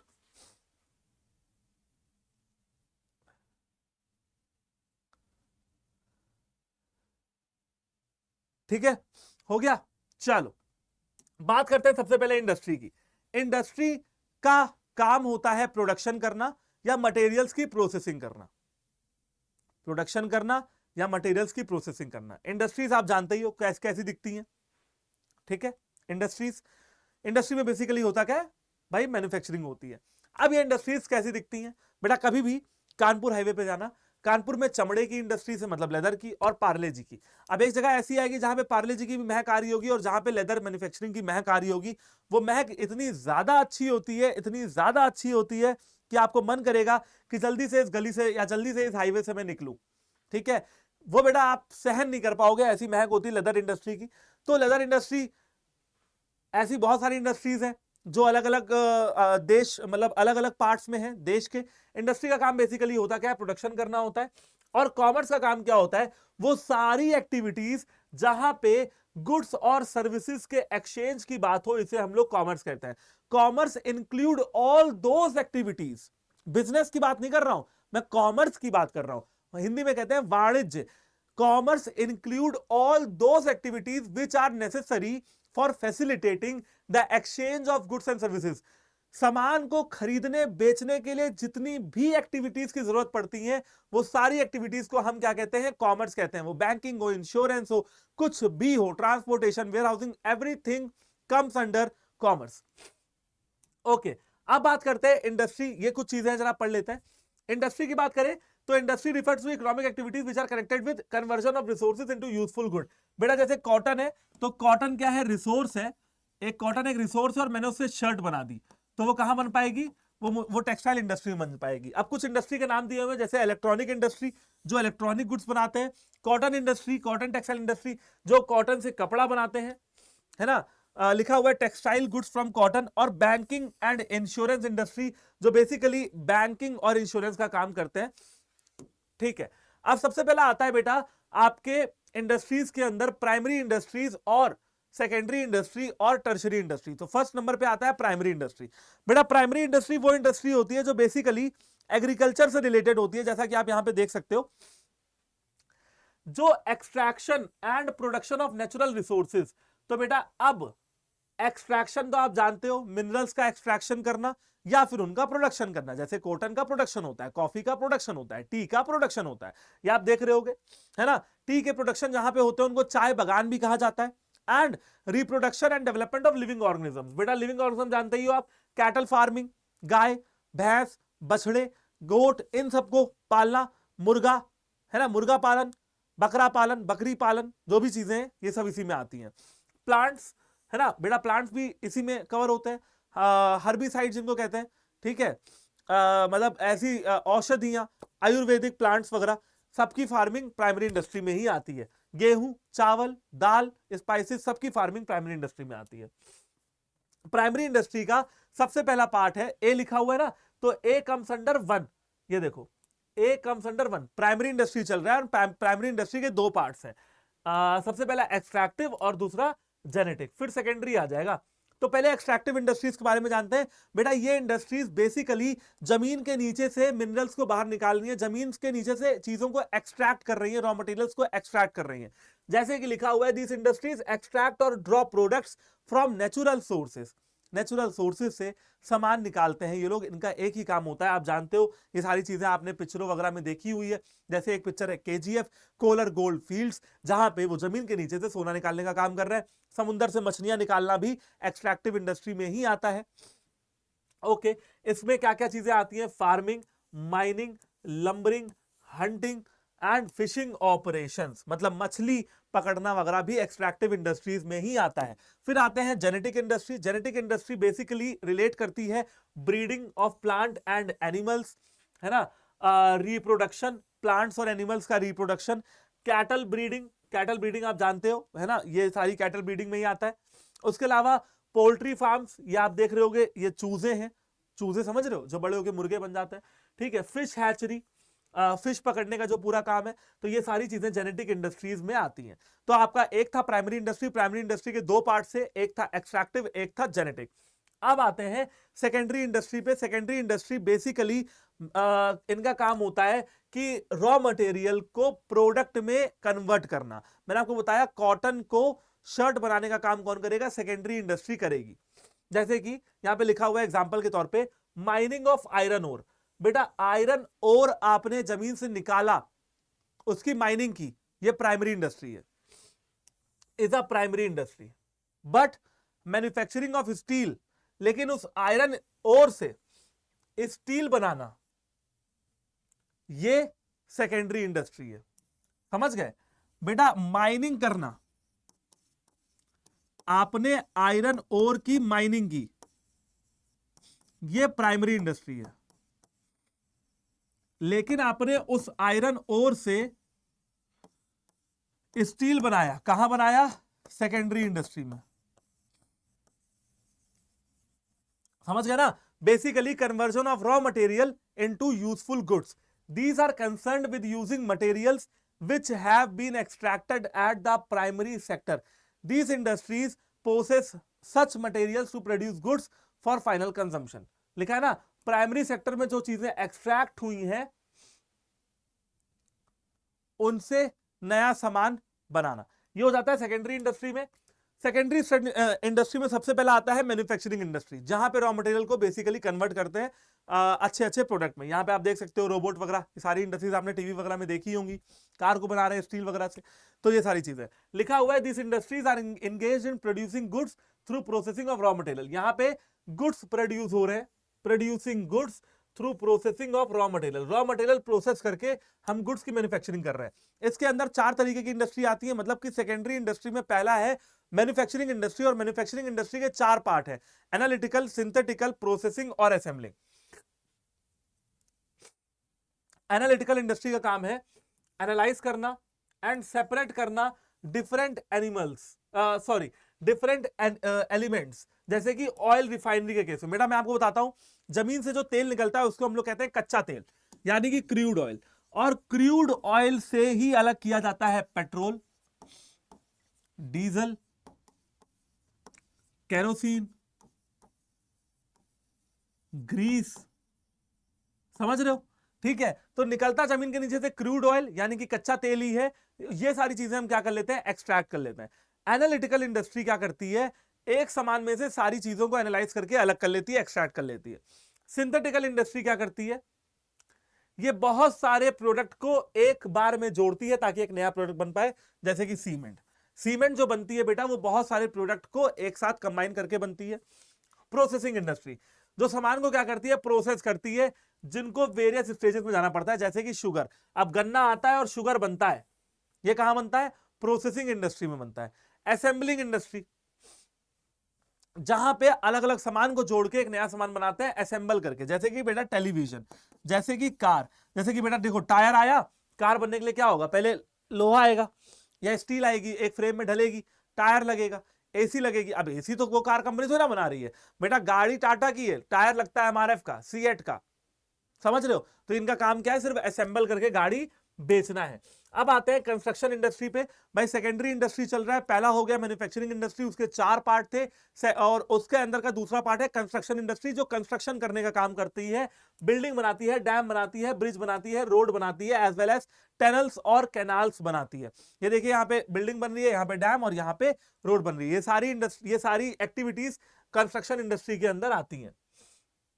And last but not the least, that is tertiary industry. अब टर्शरी इंडस्ट्री का काम होता है प्राइमरी और सेकेंडरी इंडस्ट्री को हेल्प करना, टू हेल्प प्राइमरी और सेकेंडरी इंडस्ट्री, ठीक है। जैसे कि transport, banking, insurance, warehousing, communication, packaging and advertising. ये सारी एक्टिविटीज कहां जाती हैं? टर्शरी इंडस्ट्री में आ जाती हैं। भाई ट्रांसपोर्ट नहीं होगा तो सामान बना तो दोगे, बेचोगे कैसे? बैंकिंग नहीं होगा तो पैसा कैसे आएगा? इंश्योरेंस नहीं होगा तो आग लग जाएगी, कुछ चोरी हो जाएगा तो काम कैसे होगा? वेयर हाउसिंग नहीं होगा तो स्टोर कहां करोगे? कम्युनिकेशन नहीं होगा, बातचीत नहीं होगी, तब तो सारे काम रुक जाएंगे। पैकेजिंग और एडवर्टाइजिंग करना भी जरूरी है। तो भैया एसबीआई एक एग्जाम्पल है बैंकिंग एक्टिविटी का, मैक्स लाइफ इंश्योरेंस एग्जाम्पल है इंश्योरेंस एक्टिविटी का, और जो एग्जाम्पल है कम्युनिकेशन एक्टिविटीज का। तो ये सारी चीजें बेटा कहां जाता है? टर्शरी एक्टिविटीज के अंदर आ जाता है। ठीक है, ये सारी एक्टिविटीज टर्शरी इंडस्ट्री के अंदर आ जाती हैं।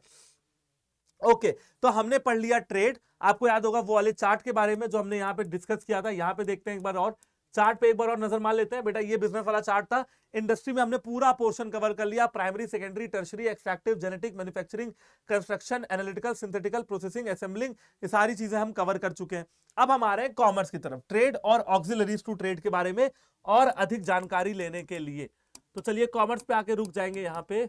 हाँ जी, कॉमर्स पे आ जाते हैं। ट्रेड, ट्रेड का मतलब होता है बाइंग एंड सेलिंग। ट्रेड, मैंने आपको कॉमर्स का क्या मतलब बताया था कि बेचने खरीदने की रिलेटेड सारी एक्टिविटीज को कॉमर्स कहते हैं। कॉमर्स के भी दो पार्ट हैं, एक होता है ट्रेड, एक होता है ऑक्सिलरीज टू ट्रेड।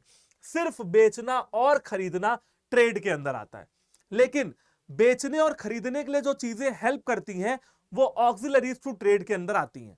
जैसे कि मैंने आपको बताया services, transport, banking, insurance, communication, advertisement, packaging and warehousing, ये सारी चीजें ऑक्सिलरीज टू ट्रेड में आती हैं। ऐसी चीजें जो ट्रेड को होने में हेल्प करती हैं, ट्रेड को ट्रेड बनाने में हेल्प करती हैं। ठीक है बच्चों, ट्रेड का क्या मतलब होता है? Buying and selling of goods only, खरीदना और बेचना सामान को, ये ट्रेड होता है। ऑक्सिलरीज टू ट्रेड का मतलब क्या होता है? ऐसी एक्टिविटीज जो ट्रेड को होने में हेल्प करती है। ठीक है, okay. It helps in making the goods produced available to the consumer और यूजर्स। बेटा आपने सामान बना तो दिया, कंज्यूमर तक पहुंचाओगे कैसे? कम्युनिकेट करके, ट्रांसपोर्ट करके। ठीक है, तो गुड्स को कंज्यूमर तक पहुंचाने में हेल्प करती है। गुड्स बड़े लार्ज स्केल पे प्रोड्यूस हो जाते हैं, लेकिन है ना, गुड्स लार्ज स्केल पे कोई भी प्रोड्यूसर प्रोड्यूस कर देगा, लेकिन प्रोड्यूसर क्या नहीं कर पाएगा? एक एक बायर तक जाके अपना सामान नहीं बेच पाएगा। इसीलिए ऑक्सिलरीज टू ट्रेड का जरूरत पड़ता है। Activities which are meant for existing trade are known as auxiliary to trade. बेटा ऐसी एक्टिविटीज जो ट्रेड को असिस्ट करें वो ऑक्सिलरीज टू ट्रेड कहलाती हैं। And activities help in removing various hindrances which arise in the connection with the production and distribution of good. देखो मैं बता रहा हूं, यहां हुआ प्रोडक्शन दिल्ली में, नोट कर लो, प्रोडक्शन हुआ कहां हुआ? दिल्ली में। और बेटा डिस्ट्रीब्यूशन कहां होना है?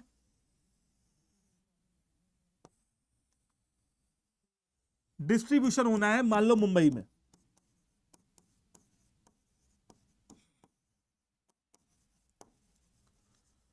इस पूरे रास्ते में जो समस्याएं आएंगी, जो प्रॉब्लम्स आएंगी, जो हिंड्रेंसेस आएंगे, जो भी हिंड्रेंसेस आएंगे, वो सारे हिंड्रेंसेस को दूर कौन करेगा? दूर करेगा, भगाएगा प्रॉब्लम्स को कौन? Auxiliaries to trade. बस ये कहा जा रहा है, ऑक्सिलरीज टू ट्रेड दूर करेगा। बेटा प्रोडक्शन से लेकर डिस्ट्रीब्यूशन तक जो भी समस्याओं का सामना आप करोगे, है ना, उनको दूर करेगा ऑक्सिलरीज टू ट्रेड। ये सारी एक्टिविटीज आपके बिजनेस को स्मूथली रन करने के लिए जरूरी है। चलिए सबसे पहले बात करते हैं ट्रांसपोर्टेशन की। ट्रांसपोर्टेशन के बहुत सारे तरीके हैं, जैसे ट्रक, जैसे एरोप्लेन, और जैसे नाव का सहारा भी लिया जाता है। ठीक है, जैसे अमेरिका से इंडिया सामान आ रहा है, कैसे आएगा? या तो बाय फ्लाइट आएगा या तो बाय समुद्री जहाज के द्वारा आएगा। इंडिया के अंदर ही सामान वो होना है, ट्रांसपोर्ट होना है, तो या तो फ्लाइट काम आएगी या तो ट्रक काम आएगी। थोड़ी ही दूरी पे है तो ट्रक काम आ जाएगी, बहुत दूरी पे है तो फ्लाइट काम आ जाएगी। तो ये सारी चीजें हैं। ट्रांसपोर्टेशन आप जानते ही हो, जनरली गुड्स प्रोड्यूस होते हैं कहीं पे, बेचा जाता है कहीं पे। एग्जाम्पल के तौर पे बेटा असम के चाय बागानों में चाय उगती है, लेकिन भाई असम में चाय उगती है, गुजरात में कॉटन, महाराष्ट्र में कॉटन, जूट बनता है वेस्ट बंगाल में, और उड़ीसा में, यूपी में बनती है शुगर, बिहार और महाराष्ट्र में बनती है। लेकिन इनका जो कंजम्पशन है ये पूरे इंडिया में है। अब ऑब्स्टेकल क्या आएगा? अगर आपको इन सारी जगहों से और जगहों तक ये सामान पहुंचाने हैं तो ट्रांसपोर्टेशन ही एक जरिया है चाहे रोड के माध्यम से, चाहे रेल के माध्यम से, और चाहे शिपिंग के माध्यम से आपको क्या करना पड़ेगा, इन सामानों को ट्रांसपोर्ट करना पड़ेगा। Transport facilities movement of raw material to the place of production and the finished product from factories. क्या कहा जा रहा है कि एक बार मान लीजिए ये आपकी फैक्ट्री है, सुनिएगा ध्यान से, ये आपकी फैक्ट्री है। अब रॉ मटेरियल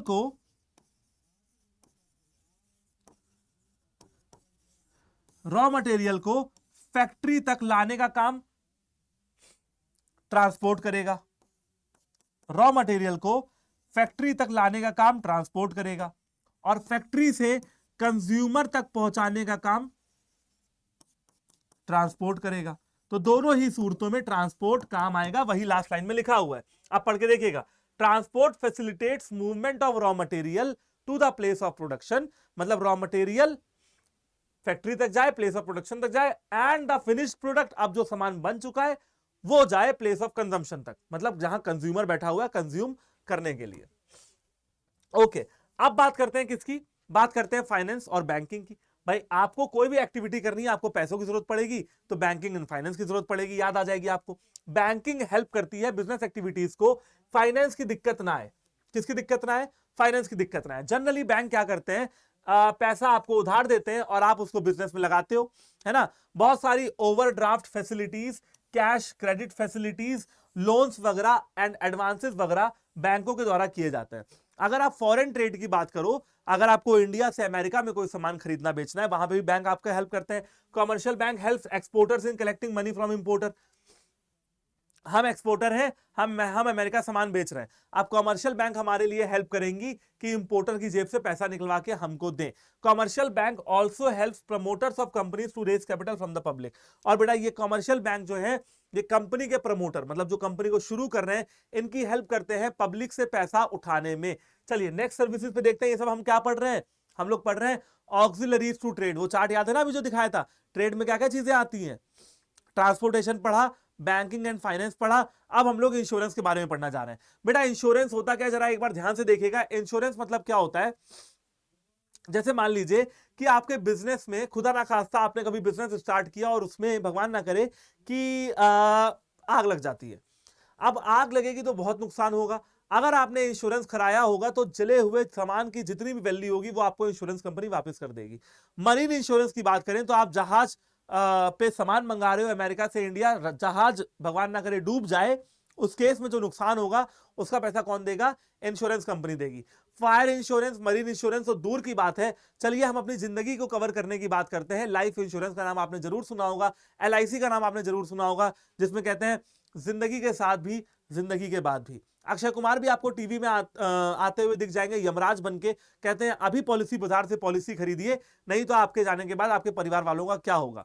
हेल्थ इंश्योरेंस में भी आपको पता होगा, अगर आपकी तबीयत खराब हो जाए तो क्या करा सकते हैं, इंश्योरेंस से पैसा ले सकते हैं, आपको बिल पे नहीं करना पड़ेगा, लेकिन उसके लिए आपके पास हेल्थ इंश्योरेंस होना चाहिए। इसी प्रकार से कार इंश्योरेंस और बाइक इंश्योरेंस भी होता है। गाड़ी चोरी हो जाए, स्क्रैच लग जाए, बाइक का एक्सीडेंट हो जाए, चोरी हो जाए, दोनों ही केसेस में आपको पैसा मिल जाता है इंश्योरेंस कंपनी से। इसका मतलब यह है कि लाइफ इंश्योरेंस एक तरफ है एंड जनरल इंश्योरेंस एक तरफ है। जनरल इंश्योरेंस में आता है कार, बाइक, फायर, मरीन, ये सारी चीजें।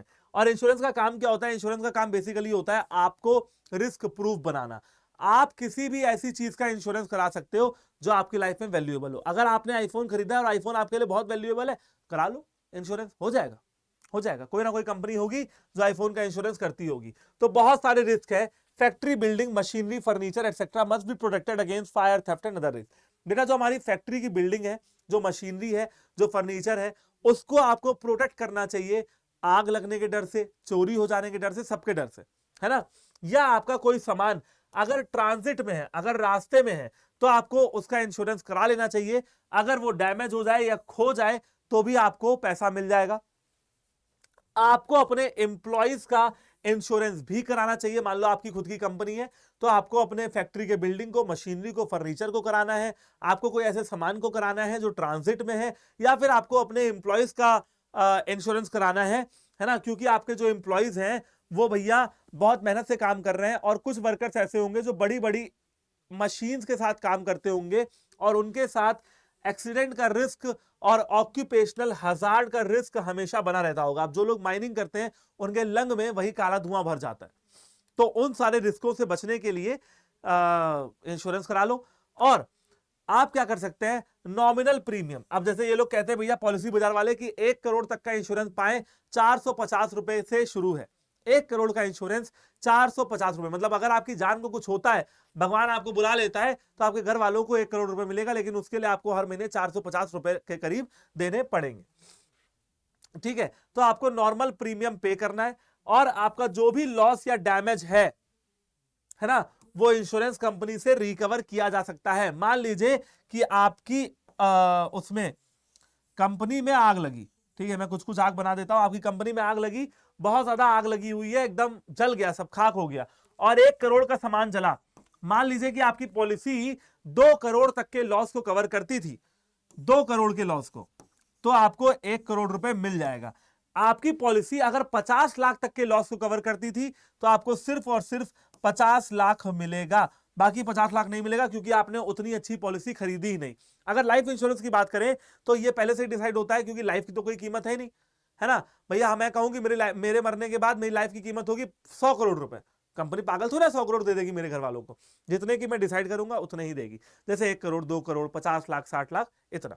ये हो गया इंश्योरेंस। नेक्स्ट पे आते हैं बेटा, नेक्स्ट है वेयर हाउसिंग। वेयर हाउसिंग आप जानते हो, जहां पे आप स्टोर करके रखते हो। आपने कई बार देखा होगा मिंत्रा, फ्लिपकार्ट, अमेजन पे ऑर्डर करते समय कि देखा होगा ना कि जब आप ऑर्डर करते हो तो क्या लिख के आता है, ऑर्डर प्रोसेसिंग, ऑर्डर प्लेस्ड, फिर आपके लिख के आता है ऑर्डर प्रोसेसिंग, फिर लिख के आता है शिप्ड, फिर लिख के आता है पैक्ड, फिर लिख के आता है आउट फॉर डिलीवरी, और फिर लिख के आता है डिलीवरी। बेटा आप मिंत्रा से या अमेजन से सामान मंगाते हो, 2 दिन के अंदर दो दिन के अंदर अंदर आपके घर आ जाता है। कैसे आ जाता है, वो आपके शहर में होगा। मान लो आप दिल्ली के रहने वाले हो, तो दिल्ली में तो मिंत्रा का कोई ना कोई वेयर हाउस होगा ना, जहां पे जाते होंगे और सामान ढूंढते होंगे और लाके दे देते होंगे, है ना। अब मुंबई से अगर सामान आएगा तो 2 दिन में कैसे आएगा, हालांकि आ सकता है, मान लो फ्लाइट से आना हो तो आ सकता है, लेकिन फिर भी कॉस्ट ज्यादा लगेगी। कॉस्ट कम लगाने के लिए क्या करना है, वेयर हाउसिंग कर लेनी है। वेयर हाउसिंग भी ऑक्सिलरीज टू ट्रेड में आता है। देखो, गुड दिल्ली से निकला, हमारे शहर आ गया मुंबई, आते ही बिक जाएगा नहीं, उसको वेयर हाउस में रखना पड़ेगा, है ना। गुड्स आर नॉट सोल्ड और consumed immediately after production. Production करते ही वो बिक नहीं जाएंगे, थोड़ा टाइम लगेगा। इसके लिए आपको वेयरहाउस बनाना पड़ेगा, स्टॉक क्रिएट करना पड़ेगा, ताकि वो अवेलेबल रहे ऑल द टाइम जब जरूरत पड़े।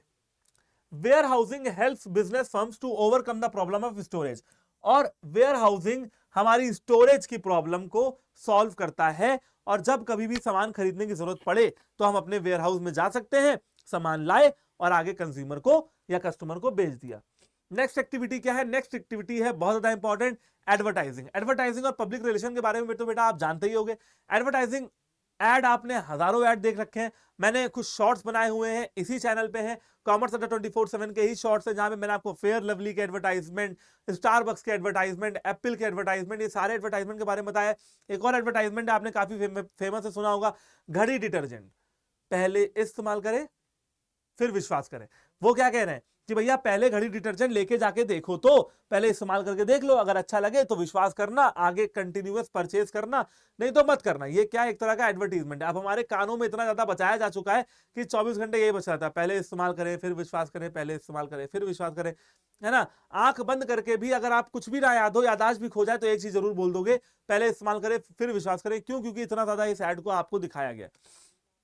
एडवर्टीजमेंट का बेसिकली काम क्या होता है, एडवर्टीजमेंट का काम होता है आपके प्रोडक्ट के बारे में लोगों तक बातें पहुंचाना। Advertisement is what you pay and PR is what you pray. ठीक है, एक बहुत ही पुरानी लाइन है, एडवर्टीजमेंट वो होता है जिसके लिए आप पे करते हो, और पीआर माने कि पब्लिक रिलेशन वो होता है जिसके लिए आप प्रे करते हो, है ना। एडवर्टीजमेंट आपके प्रोडक्ट और सर्विसेज को प्रमोट करता है और इन्फ्लुएंस करता है, और any idea to your potential consumers.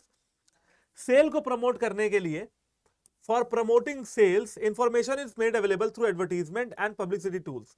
देखो बेटा, सेल को प्रमोट करने के लिए अलग अलग पब्लिसिटी टूल्स का इस्तेमाल किया जाता है, जैसे कि टीवी, रेडियो, है ना, न्यूज़पेपर, और आप समझ लो voucher, discount, coupon, flat sale, बहुत सारे टूल्स हैं। इसके अलावा हम प्रमोशन करते किसका है, मान लो कोई फोन है तो फोन के क्या फीचर्स हैं, फोन की क्वालिटी कैसी है, फोन कितने रुपए का मिल रहा है, और अदर फोन जो है अलग अलग कंपटीशन के, वो कितने रुपए के मिल रहे हैं, about the goods and services. तो ये सारी चीजों के बारे में हम एडवर्टीजमेंट करते हैं। भैया हमारा एक और टॉपिक समाप्त हुआ। टॉपिक 3 पढ़ चुके हैं, history and trade, history of trade and commerce in India, business employment profession का डिफरेंस, बिजनेस और बिजनेस एक्टिविटीज के कैरेक्टरिस्टिक्स, 3 चीजें हो गई।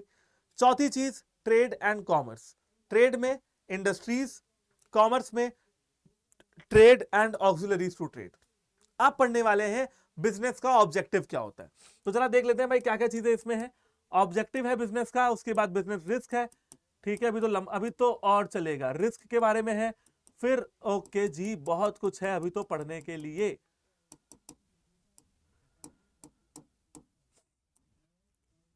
ठीक है बच्चों, तो बिजनेस करने के कुछ ऑब्जेक्टिव्स होते हैं। सबसे पहला है मार्केट स्टैंडिंग। आपको क्या करना है बेटा, इसको थोड़ा सा रीड करिए, मैं आपके सामने उपस्थित दूंगा 30 सेकंड के अंदर अंदर।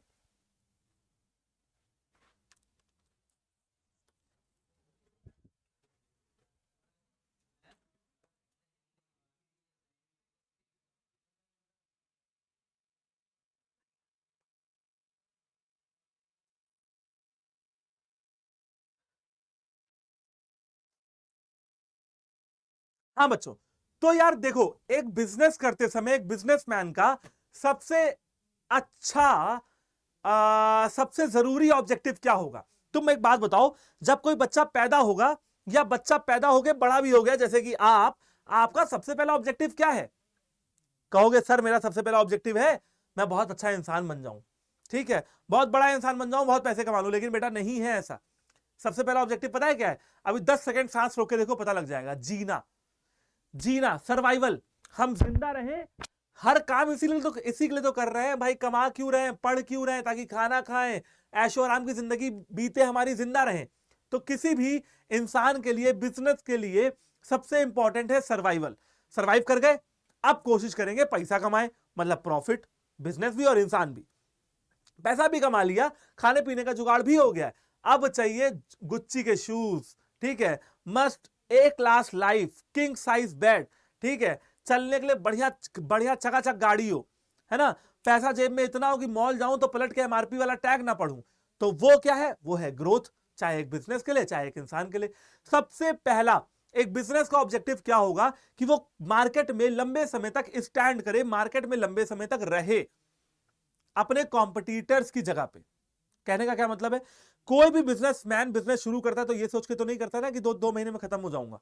हमेशा ये सोच के करता है कि यार मेरा जो बिजनेस है वो लंबे समय तक चलता रहेगा, लंबे समय तक चलता रहेगा। तो मार्केट में स्टैंड करना सबसे ज्यादा जरूरी है, मार्केट में अपनी अलग पहचान बनाना सबसे ज्यादा जरूरी है ना। कॉम्पिटेटिव प्रोडक्ट निकालने पड़ेंगे उसके लिए, प्रोडक्ट ऐसे जो कॉम्पिटेटिव हो, रीजनेबल प्राइसेस में अवेलेबल हो, जो कस्टमर्स को सेटिस्फैक्शन दे, ऐसे प्रोडक्ट आपको निकालने पड़ेंगे। फिर आता है सेकंड पॉइंट, इनोवेशन।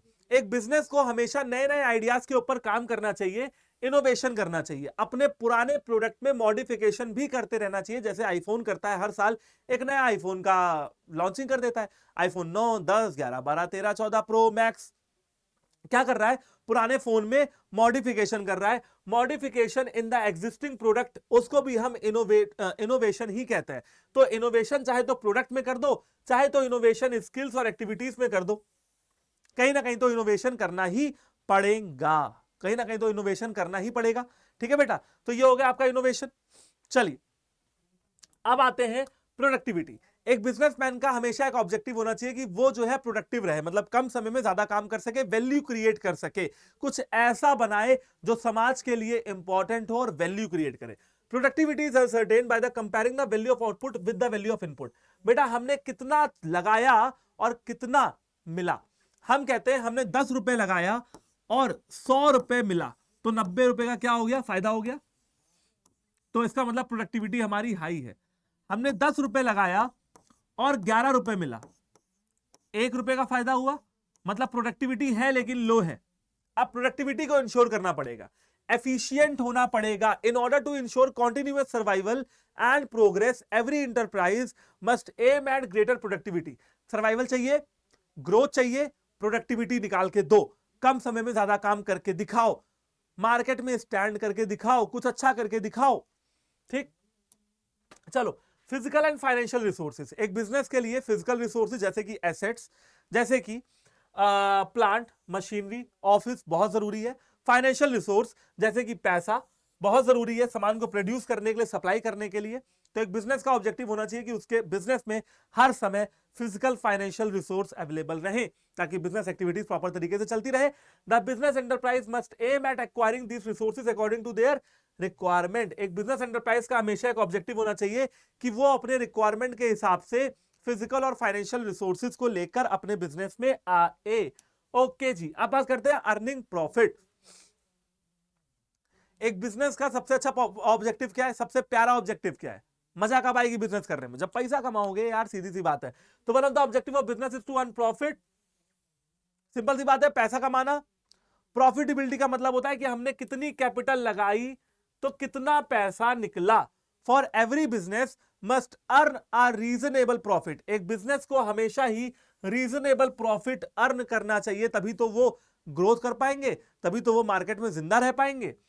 ओके, बात करता हूं सोशल रिस्पॉन्सिबिलिटी की। एक बिजनेस समाज का हिस्सा है, देश का हिस्सा है, समाज के लोगों के लिए काम कर रहा है, समाज के अंदर ही काम कर रहा है, समाज के लिए के लोग उसके लिए काम कर रहे हैं, समाज में ही सामान बेच रहा है, तो समाज के प्रति कुछ रिस्पॉन्सिबिलिटी बनती है। कुछ एक आध दो बता देता हूं, जैसे कि पॉल्यूशन ना करना, पॉल्यूशन बिल्कुल ना करे, चाहे वो एयर पॉल्यूशन हो नहीं, वाटर पॉल्यूशन हो नहीं, लैंड पॉल्यूशन हो नहीं, हर चीज पे नहीं लगा दे, पॉल्यूशन बिल्कुल नहीं करना है जी। उसके बाद एफॉरेस्टेशन, पेड़ वेड़ भी लगा सकता है,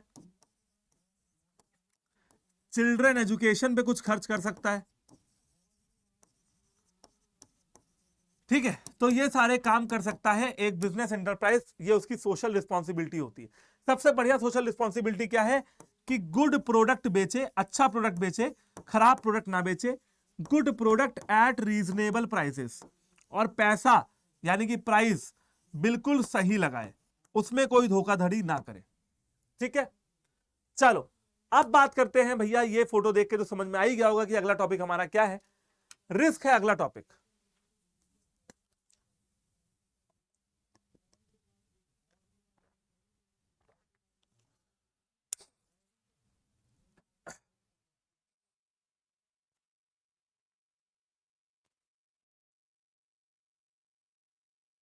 अगला टॉपिक क्या है भाई? अगला टॉपिक है रिस्क, जहां पे खतरा खतरा खतरों के खिलाड़ी बनना पड़ेगा एक बिजनेस मैन को। समझ गए बच्चों? क्या बनना पड़ेगा? खतरों के खिलाड़ी बनना पड़ेगा एक बिजनेसमैन को। देखते हैं भाई ये रिस्क क्या होता है। चलिए रिस्क की कहानी की शुरुआत करते हैं। ओके, चलो भाई। तो बिजनेस रिस्क का मतलब होता है जहां पे आपको प्रॉफिट ना हो वो रिस्क, जहां पे प्रॉफिट सही तरीके से ना हो वो रिस्क, या लॉस हो जाए, लंबे समय तक लॉस हो रहा है वो भी रिस्क। जैसे कि मान लो किसी पर्टिकुलर प्रोडक्ट की डिमांड क्या हो जाए, कम हो जाए। Demand for a particular product कम हो जाए, क्यों कम हो जाए? मान लो कुछ भी हो गया मार्केट में, taste and preferences of consumer, consumer का टेस्ट और प्रेफरेंस बदल गया, कंपटीशन इंक्रीज हो गया, उस केस में भी वो रिस्क के अंदर आता है। अब जरा ये देखते हैं कि किस प्रकार से एक काम होने से रिस्क हो जाता है, ठीक है। एक कुछ गलत हुआ तो रिस्क चालू। मान लो कि हमारी जो कंपनी थी वो शर्ट बनाती थी और कॉटन उसका रॉ मटेरियल था, कॉटन की शॉर्टेज हो गई, तो शॉर्टेज ऑफ रॉ मटेरियल।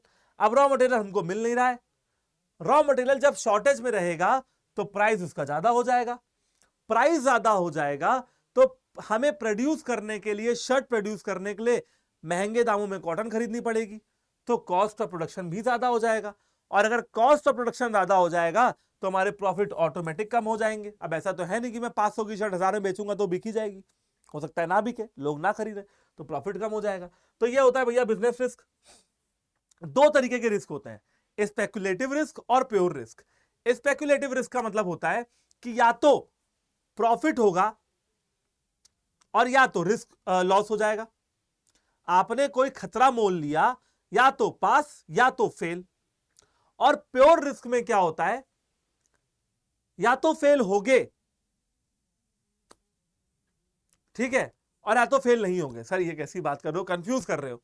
बताता हूं, रुको जरा, सबर करो बेटा। स्पेकुलेटिव रिस्क में क्या होता है, पॉसिबिलिटी ऑफ गेन। देखो रिस्क मतलब है खतरा, लॉस तो बाद में हुआ, या फिर पॉसिबिलिटी ऑफ लॉस, या तो लॉस हो जाएगा या तो प्रॉफिट हो जाएगा। इसे कहते हैं स्पेकुलेटिव रिस्क। आपने कोई ऐसा खतरा मोल लिया है। प्योर रिस्क क्या होता है?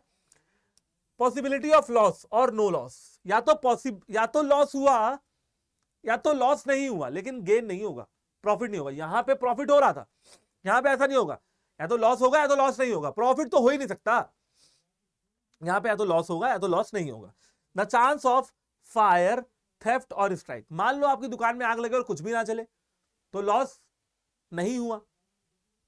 मान लो दुकान में आग लग गया और सब कुछ जल गया, तो लॉस ही लॉस। लेकिन दोनों ही सिचुएशन में प्रॉफिट क्या हुआ? कुछ नहीं। काहे का प्रॉफिट? आग लगा और कुछ नहीं जला तो भी कोई प्रॉफिट नहीं, आग लगा और सब जल गया तो भी कोई प्रॉफिट नहीं। तो या तो लॉस होगा या तो नहीं होगा। एग्जांपल दे दिया मैंने आपको, ठीक है। तो ये हो गया बेटा स्पेकुलेटिव और प्योर रिस्क। बात करते हैं कि रिस्क कैसा होता है। रिस्क हर बिजनेस का एसेंशियल पार्ट है। कोई भी बिजनेस रिस्क से बच नहीं सकता है। रिस्क को सिर्फ कम किया जा सकता है, बचा नहीं जा सकता है। Risk can be minimised but can not be eliminated. No business can avoid risk. कोई भी बिजनेस रिस्क से बच नहीं सकता है। रिस्क कम कर सकते हैं, एलिमिनेट नहीं कर सकते हैं। एग्जांपल के तौर पे बेटा केरला के मान लीजिए तट पे तूफान आ जाए। केरला के तट पे ये तूफान हो गया, मान लो केरला के तट पे तूफान आ जाए। अब सरकार ने क्या किया? जमीन को खाली करवा लिया। अब इंसान तो चले गए दूर, लेकिन सरकार बेटा इंसान को दूर कर सकती है ना, घर को थोड़ी ना दूर कर सकती है। घर तो वहीं रहेगा और उड़ेगा। तो खतरा जो है वो कम किया गया, इंसान की जान बच गई, लेकिन पैसे उसके सारे चले गए। तो खतरा कम कर सकते हैं, एलिमिनेट नहीं कर सकते हैं। तूफान को कहो रोक दे कोई, ऐसा तो हो नहीं पाएगा, ठीक है। हाँ, एक आदमी रोक सकता है, वो आपको कमेंट सेक्शन में बताना, चलो नाम बता दे रहा हूं, रजनीकांत जी, वो तूफान को रोक सकता है, ठीक है। हम रजनीकांत जी के ऊपर जोक बनते थे, याद आया तो बता देता हूं कि पता है बारिश क्यों हो रही है? क्योंकि मतलब रजनीकांत ने अपना नल खुला छोड़ दिया है, ठीक है। ऐसे जोक्स बनते थे कि रजनीकांत कुछ भी कर सकता है। आपने मूवीज देखी होंगी, ठीक है। चलो second point, business risk arise due to uncertainty. देखो बेटा बिजनेस इन्वायरमेंट बड़ा अनसर्टेन है, कुछ पता नहीं कल क्या हो जाए, तो रिस्क ही रिस्क है। अनसर्टेनिटी का मतलब होता है नॉलेज की कमी, कि कल क्या होने वाला है। Refers to the lack of knowledge about what is going to be happen in the future. जैसे कि नेचुरल क्लैमिटी, अब भैया कोई बाढ़ आ जाए, हमको पता थोड़ी ना है कि बाढ़ आने वाली है। टेक्नोलॉजी इंप्रूव हो जाए, हम इंप्रूव ना हो, पता थोड़ी ना है। डिमांड चेंज हो जाए, सरप्राइजेस चेंज हो जाए, पता थोड़ा ना है। गवर्नमेंट चेंज हो जाए, गवर्नमेंट की पॉलिसी चेंज हो जाए, गवर्नमेंट के प्राइस चेंज हो जाए, हमें पता थोड़ी ना है। उससे भी रिस्क निकल के आता है। Third point, degree of risk depend upon the nature and size of the business. देखो यार, बिजनेस बड़ा होगा रिस्क ज्यादा होगा, बिजनेस छोटा होगा रिस्क कम होगा। सिंपल सी बात है, बिजनेस बड़ा रिस्क बड़ा, बिजनेस छोटा रिस्क भी छोटा। Nature of business, types of goods and services produce and sold and size of business are the main factors which determine the risk. जैसे कि एक बिजनेस जो फैशनेबल आइटम में डील करता है, उसके पास रिस्क ज्यादा है, क्योंकि फैशन कब बदल जाए पता नहीं। इसी वजह से एक लार्ज स्केल बिजनेस में रिस्क हमेशा ज्यादा होगा।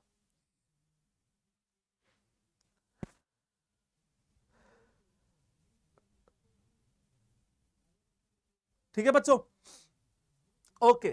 अब देखते हैं fourth point, profit is a reward for risk taking.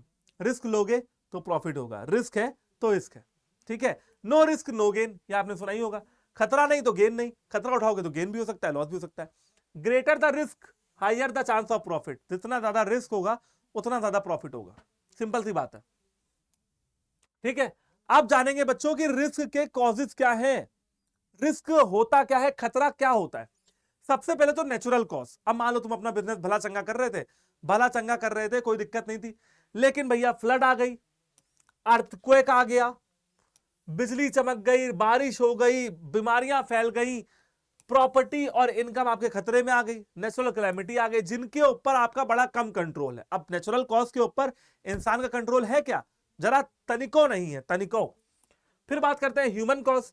अब इंसान ही कोई बतंगड़ बना दे किसी बात का, जैसे कि आपके किसी इंप्लॉय ने आपसे बेईमानी कर ली, इंप्लॉय ने केयरलेसनेस लापरवाही कर दी, आपका काम ही रुक गया, पावर फेलियर हो गया शहर में, सामान बन ही नहीं रहा है, रिस्क ही रिस्क। स्ट्राइक हो गया, हमारी मांगे पूरी करो, स्ट्राइक करते हैं ना लेबर यूनियन, हॉस्पिटल्स में देखा होगा सारे डॉक्टर स्ट्राइक पे बैठ जाते हैं। मैनेजमेंट इनएफिशिएंट हो जाए आपका, या फिर रायट हो जाए, दंगे हो जाए, रायट समझते हो ना, दंगे, दंगे हो जाए जैसे यहां पे हो रहे हैं, पत्थरबाजी वगैरह हो जाए शहर में तो भी दिक्कत।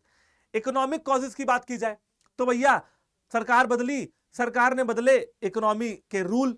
अब मान लो कि भैया इंटरेस्ट रेट ज्यादा हो गया, आप पैसा लेने ही जा रहे थे बैंक से, जैसे ही गेट तक पहुंचे पता चला निर्मला सीतारमण जी फाइनेंस मिनिस्टर ने इंटरेस्ट रेट बढ़ा दिया।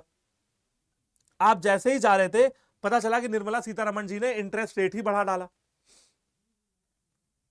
ठीक है, टैक्स ज्यादा लेने लगे। Competition, demand for goods, competition, price, collection of dues, customer, change of technology और मेथड ऑफ प्रोडक्शन, कुछ भी हो सकता है। गुड्स की डिमांड चेंज हो जाए, कंपटीशन बदल जाए, प्राइस बदल जाए, कलेक्शन फॉर कस्टमर बदल जाए, टेक्नोलॉजी में चेंज बदल जाए, कुछ भी हो जाए, इकोनॉमिक कॉजेस, ये भी रिस्क के बड़े कारण है। टेक्नोलॉजी का चेंज, जैसे कि मैं आपको दिखा सकता हूं, बेटा यहाँ पे टेक्नोलॉजी हमारी चेंज हो रही है। अब जो कंपनी बल्ब बनाती होगी उसका तो बट्ठा बैठ गया, ठीक है ना। तो ये हो गया, ये कंपटीशन की फोटो हो गई कि भाई कंपटीशन इतना ज्यादा है कि कौन जीते कौन हारे। Fourth point is other causes, और कुछ अदर कॉजेज भी हो सकते हैं, जैसे कि मैकेनिकल फेलियर्स, आपकी मशीन खराब हो गई, आपका बॉयलर बर्स्ट हो गया, फ्लक्चुएशंस हो गए, कंट्री में पॉलिटिकल डिस्टर्बेंस है। पॉलिटिकल डिस्टर्बेंस आप जानते ही हो, इमरजेंसी की सिचुएशन लग जाना, जैसे इंदिरा गांधी के टाइम पे लग गई थी। एक्सचेंज रेट वगैरह में फ्लक्चुएशन आ जाना, इसमें भी आपका कोई गलती नहीं है, लेकिन इससे खतरा आपको होगा। ठीक है जी, हाँ भाई। तो अब बात करते हैं बच्चों, जरा शॉर्ट में देखते हैं कि भाई क्या कुछ होता है एक बिजनेसमैन के लिए बिजनेस स्टार्ट करने का प्रोसीजर। देखो यार, एक बिजनेस स्टार्ट करने के लिए आपको एक दिन नहीं लगेगा, आपको बहुत लंबा टाइम लगेगा। एक पूरे बिजनेस को सेटअप करने के लिए जो पूरी प्रोसेस होती है, process of setting up one own business is called entrepreneurship. जो पर्सन उसको सेट करता है उसको कहते हैं एंटरप्रेन्योर, और जो बिजनेस का प्रोसेस आउटपुट, वो जो बिजनेस यूनिट सेट करता है उसे कहते हैं बिजनेस एंटरप्राइज। जब आप एंटरप्रेन्योर होते हो तो आप जॉब सीकर नहीं होते हो, आप जॉब गिवर होते हो, आप जॉब प्रोवाइडर होते हो, जॉब सीकर नहीं होते हो, जॉब के लिए देखते नहीं हो, जॉब लोगों को देते हो। ओके, और इसी के साथ साथ एंटरप्रेन्योरशिप को एक सिस्टमैटिक, पर्पसफुल और क्रिएटिव एक्टिविटी बताया गया है, जहां पे आप रिसोर्सेज को लेके आते हो, ऑर्गेनाइज करते हो प्रोडक्शन को, ताकि आप कस्टमर्स के लिए कुछ वैल्यू क्रिएट कर सको, आप ऐसा कोई सामान बना सको जिससे आपका कंज्यूमर खुश हो जाए। इसके अलावा आप इन्वेस्टर्स को रिटर्न करते हो। चीजें जरा ब्रेक ले लेके पढ़ रहे हैं क्योंकि बड़ी डेफिनेशन है तो ब्रेक लेना पड़ेगा। सिस्टमैटिक चीज बनाते हो, पर्पसफुल चीज बनाते हो, क्रिएटिव चीज बनाते हो। आइडिया आपका ऐसा है कि रिसोर्सेज आप लेके आते हो और कस्टमर को बेस्ट वैल्यू डिलीवर करना चाहते हो, इन्वेस्टर को रिटर्न भी प्रोवाइड करते हो और प्रॉफिट भी कमाते हो रिस्क के साथ साथ। इसे कहते हैं एंटरप्रेन्योरशिप। अब जरा देख लेते हैं कि क्या प्रोसेस है एंटरप्रेन्योरशिप का। सबसे पहले आपको यह चुनना होगा कि आपका बिजनेस का टाइप क्या होगा। बिजनेस कैसा होगा? अरे फैशनेबल आइटम का होगा, पेरिशेबल कमोडिटी का होगा। पेरिशेबल कमोडिटी मतलब जो जल्दी सड़ जाए, खराब हो जाए, जैसे आलू, प्याज, टमाटर। या नॉन पेरिशेबल कमोडिटी का होगा, ज्वेलरी बेचोगे, गाड़ियां बेचोगे, खाने का फूड कार्ट लगाओगे, डोसा बनाओगे, पिज्जा बनाओगे, क्या कर रहे हो? तो किस तरीके का बिजनेस है, किस तरीके की इंडस्ट्री में आप कदम रखने जा रहे हो, उससे बहुत फर्क पड़ेगा। Which branch of industry would you like to enter. ठीक है, अच्छा, ये जो डिसीजन है ये कैसे इंफ्लुएंस होगा? कस्टमर की क्या रिक्वायरमेंट है, आजकल मार्केट में चल क्या रहा है, तुम्हारी टेक्निकल नॉलेज किसमें। अब जैसे मैं खाना बनाने में बहुत बुरा हूं, तो मैं कोई भी ऐसा बिजनेस स्टार्ट कभी नहीं करूंगा जिसमें खाना बनाने का काम हो, या तो हाँ कर लूंगा तो किसी और को रख लूंगा खाना बनाने के लिए, मैं तो नहीं बना पाऊंगा। तो इस तरीके से आप बिजनेस का सिलेक्शन कर सकते हो टाइप का। साइज ऑफ बिजनेस की बात करते हैं। बिजनेस आपका छोटा है। एमएसएमई का मतलब होता है medium and small scale industries या लार्ज स्केल इंटरप्राइज है। मैन्युफैक्चर करोगे या सिर्फ सर्विसेज दोगे, जैसे टर्शरी बताया ना, banking, insurance, transportation, communication. Manufacture करोगे या ये करोगे। अगर एक एंटरप्रेन्योर को लगता है, वो कॉन्फिडेंट है कि उसके प्रोडक्ट का डिमांड समय के हिसाब से बढ़ेगा ही बढ़ेगा, तो वो क्या कर सकता है, वो बिजनेस के लिए नेसेसरी कैपिटल जुगाड़ कर सकता है। So he can she can start the operation at a large scale, ताकि वो अपने बिजनेस को लार्ज स्केल पे ऑपरेट कर सके। तो साइज ऑफ बिजनेस हो गया। हाँ, अब आते हैं लोकेशन। बेटा लोकेशन समझ रहे हो, बिजनेस की लोकेशन क्या है, बड़ी इंपॉर्टेंट रोल है। मार्केट कौन सा है जहां पे आप अपना बिजनेस स्टार्ट करने वाले हो। एक छोटी सी मिस्टेक आपके पूरे बिजनेस को डुबा सकती है। High cost of production, inconvenience in getting right kind of production inputs और serving the customer in the best possible way. देखो बेटा, अगर आपने जगह गलत चुन ली तो हो सकता है प्रोडक्शन करने में कॉस्ट ज्यादा लगे, इनकन्वीनियंस हो जाए, आपको रॉ मटेरियल ना मिले, सप्लाई ना मिले, प्रोडक्शन ना हो पाए अच्छे तरीके से, है ना। तो ऐसी जगह चुनो जहां पे क्या हो, जरा पेन चेंज कर लेते हैं, लाल कर लेते हैं और फिर आपको दिखाते हैं। अवेलेबिलिटी ऑफ रॉ मटेरियल हो, रॉ मटेरियल आपको इजीली मिले, लेबर इजीली मिले, पावर सप्लाई हो, जहां पे पावर मतलब बिजली आ रही हो, सर्विसेज अच्छी हो, जैसे कि banking, transportation, communication, warehousing etcetera, ये सब जहां पे हो वहां पे अपना बिजनेस सेटअप करना। फाइनेंसिंग द प्रपोजिशन, फाइनेंस कहां से लोगे, कितनी कैपिटल लगेगी, वर्किंग कैपिटल यानी कि डे टू डे खर्चे लाने के लिए कितनी कैपिटल लगेगी, फिक्स एसेट को खरीदने के लिए मतलब फिक्स कैपिटल की कितनी रिक्वायरमेंट पड़ेगी, ये सब आपको देखना पड़ेगा। फाइनेंस कहां से लेना है, कहां लगाना है, फाइनेंशियल मैनेजमेंट आपको करना पड़ेगा। पांचवा है फिजिकल फैसिलिटीज, आपको यह देखना पड़ेगा कि जहां पे भी आप अपना बिजनेस स्टार्ट कर रहे हो वहां के लिए मशीन आपको मिल रही है, इक्विपमेंट मिल रहे हैं, सपोर्टिंग सर्विसेज मिल रही है या नहीं मिल रही है, तो फिजिकल फैसिलिटीज आपको मिल रही है या नहीं मिल रही है। ठीक है जी, ओके। छठा पॉइंट क्या है, छठा पॉइंट है आपका आपके लेबर या आपके workers, competent and committed workforce. आपको देखना है कि आपके लिए कोई भी काम अकेले आप कर नहीं सकते हो, कोई भी काम कोई भी एंटरप्रेन्योर सारा काम अकेले नहीं कर सकता है, उसको क्या करना पड़ेगा, मैनेजरियल स्टाफ रखना पड़ेगा, स्किल्ड अनस्किल्ड वर्कर्स रखने पड़ेंगे, है ना, और सब करना पड़ेगा। तो प्लान उसको बनाना पड़ेगा कि एम्प्लॉयज को कैसे ट्रेन किया जाए अपने काम में, कैसे उनको मोटिवेट किया जाए ताकि वो अपना बेस्ट परफॉर्मेंस है। Seventh point is tax planning. एक बिजनेस के लिए टैक्स प्लान करना बहुत जरूरी है। पता चला जितना कमाया सब सरकार ले गई टैक्स के रूप में, तो टैक्स प्लानिंग कर लो कि भैया कितने तरीके के टैक्स लॉ कंट्री में है, एक बिजनेस की फंक्शनिंग में कैसे उनको इफेक्ट डालते हैं। एक एंटरप्रेन्योर को एडवांस में सोचना पड़ेगा कि टैक्स लायबिलिटी कैसे काम करती है। And the last point is tax planning कर ली, अब आपको अपने एंटरप्राइज को लॉन्च कर देना है मार्केट में, एक्चुअल लॉन्चिंग करनी है, रिसोर्सेज को लेके आना है, लीगल फॉर्मेलिटीज पूरी करनी है, रजिस्ट्रार ऑफ कंपनीज में जाके आप अपने कंपनी को रजिस्टर करवा सकते हो, प्रोडक्शन प्रोसेस स्टार्ट करना है, सेल प्रमोशन करना है और अपने बिजनेस को एक्चुअली में लॉन्च कर देना है। क्या क्या चीजें जरूरत पड़ेंगी, कैपिटल की रिक्वायरमेंट पड़ेगी, कैपिटल कहां से लिया जाए ये सोचना पड़ेगा, और कैपिटल को कहां लगाया जाए ये सोचना पड़ेगा। The requirement of capital, source of capital, the best way of utilising the capital, ये सब आपने कर लिया। इसके अलावा मैं आपको कहना चाहूंगा थैंक यू वेरी मच। आपको आज का सेशन कैसा लगा बच्चों, फीडबैक जरूर देना, your feedback is very very important, क्योंकि अभी तो 12-13 चैप्टर हैं जो मुझे क्लास 11 में आपके लिए कवर करवाने हैं। अभी सिर्फ चैप्टर 1 खत्म हुआ है, वन शॉट में, दो जो था फाउंडेशन ऑफ बिजनेस, और एक एक दावे के साथ डंके की चोट पे कह सकता हूं कि एक एक पार्ट मैंने इसका कवर करवा दिया है आपको 1.5 घंटे के अंदर अंदर। जहां पे शुरू से मैंने अगर शुरू करता हूं तो बेटा मैंने आपको ट्रेड के बारे में, कॉमर्स के बारे में, auxiliaries to trade, industries, business risk, how to start a business, difference between business profession and employment, history of trade and commerce in India, ये सारे टॉपिक्स कवर करवा दिए हैं। तो कैसी लगी आपको क्लास, फीडबैक देकर जरूर बताइएगा। अगला टॉपिक आपको कौन सा पढ़ना है ये जरूर बताइएगा। ऐसे ही हंसते रहिए, पढ़ते रहिए, मुस्कुराते रहिए, जुड़े रहिए कॉमर्स 24/7 के साथ। चैनल पे नए हैं तो बेटा सब्सक्राइब जरूर करना, क्योंकि ऐसे ही वीडियोस आपके लिए मैं लेके आने वाला हूं और बाकी टीचर्स भी लेके आने वाले हैं। बाय बाय, टेक केयर, जय हिंद।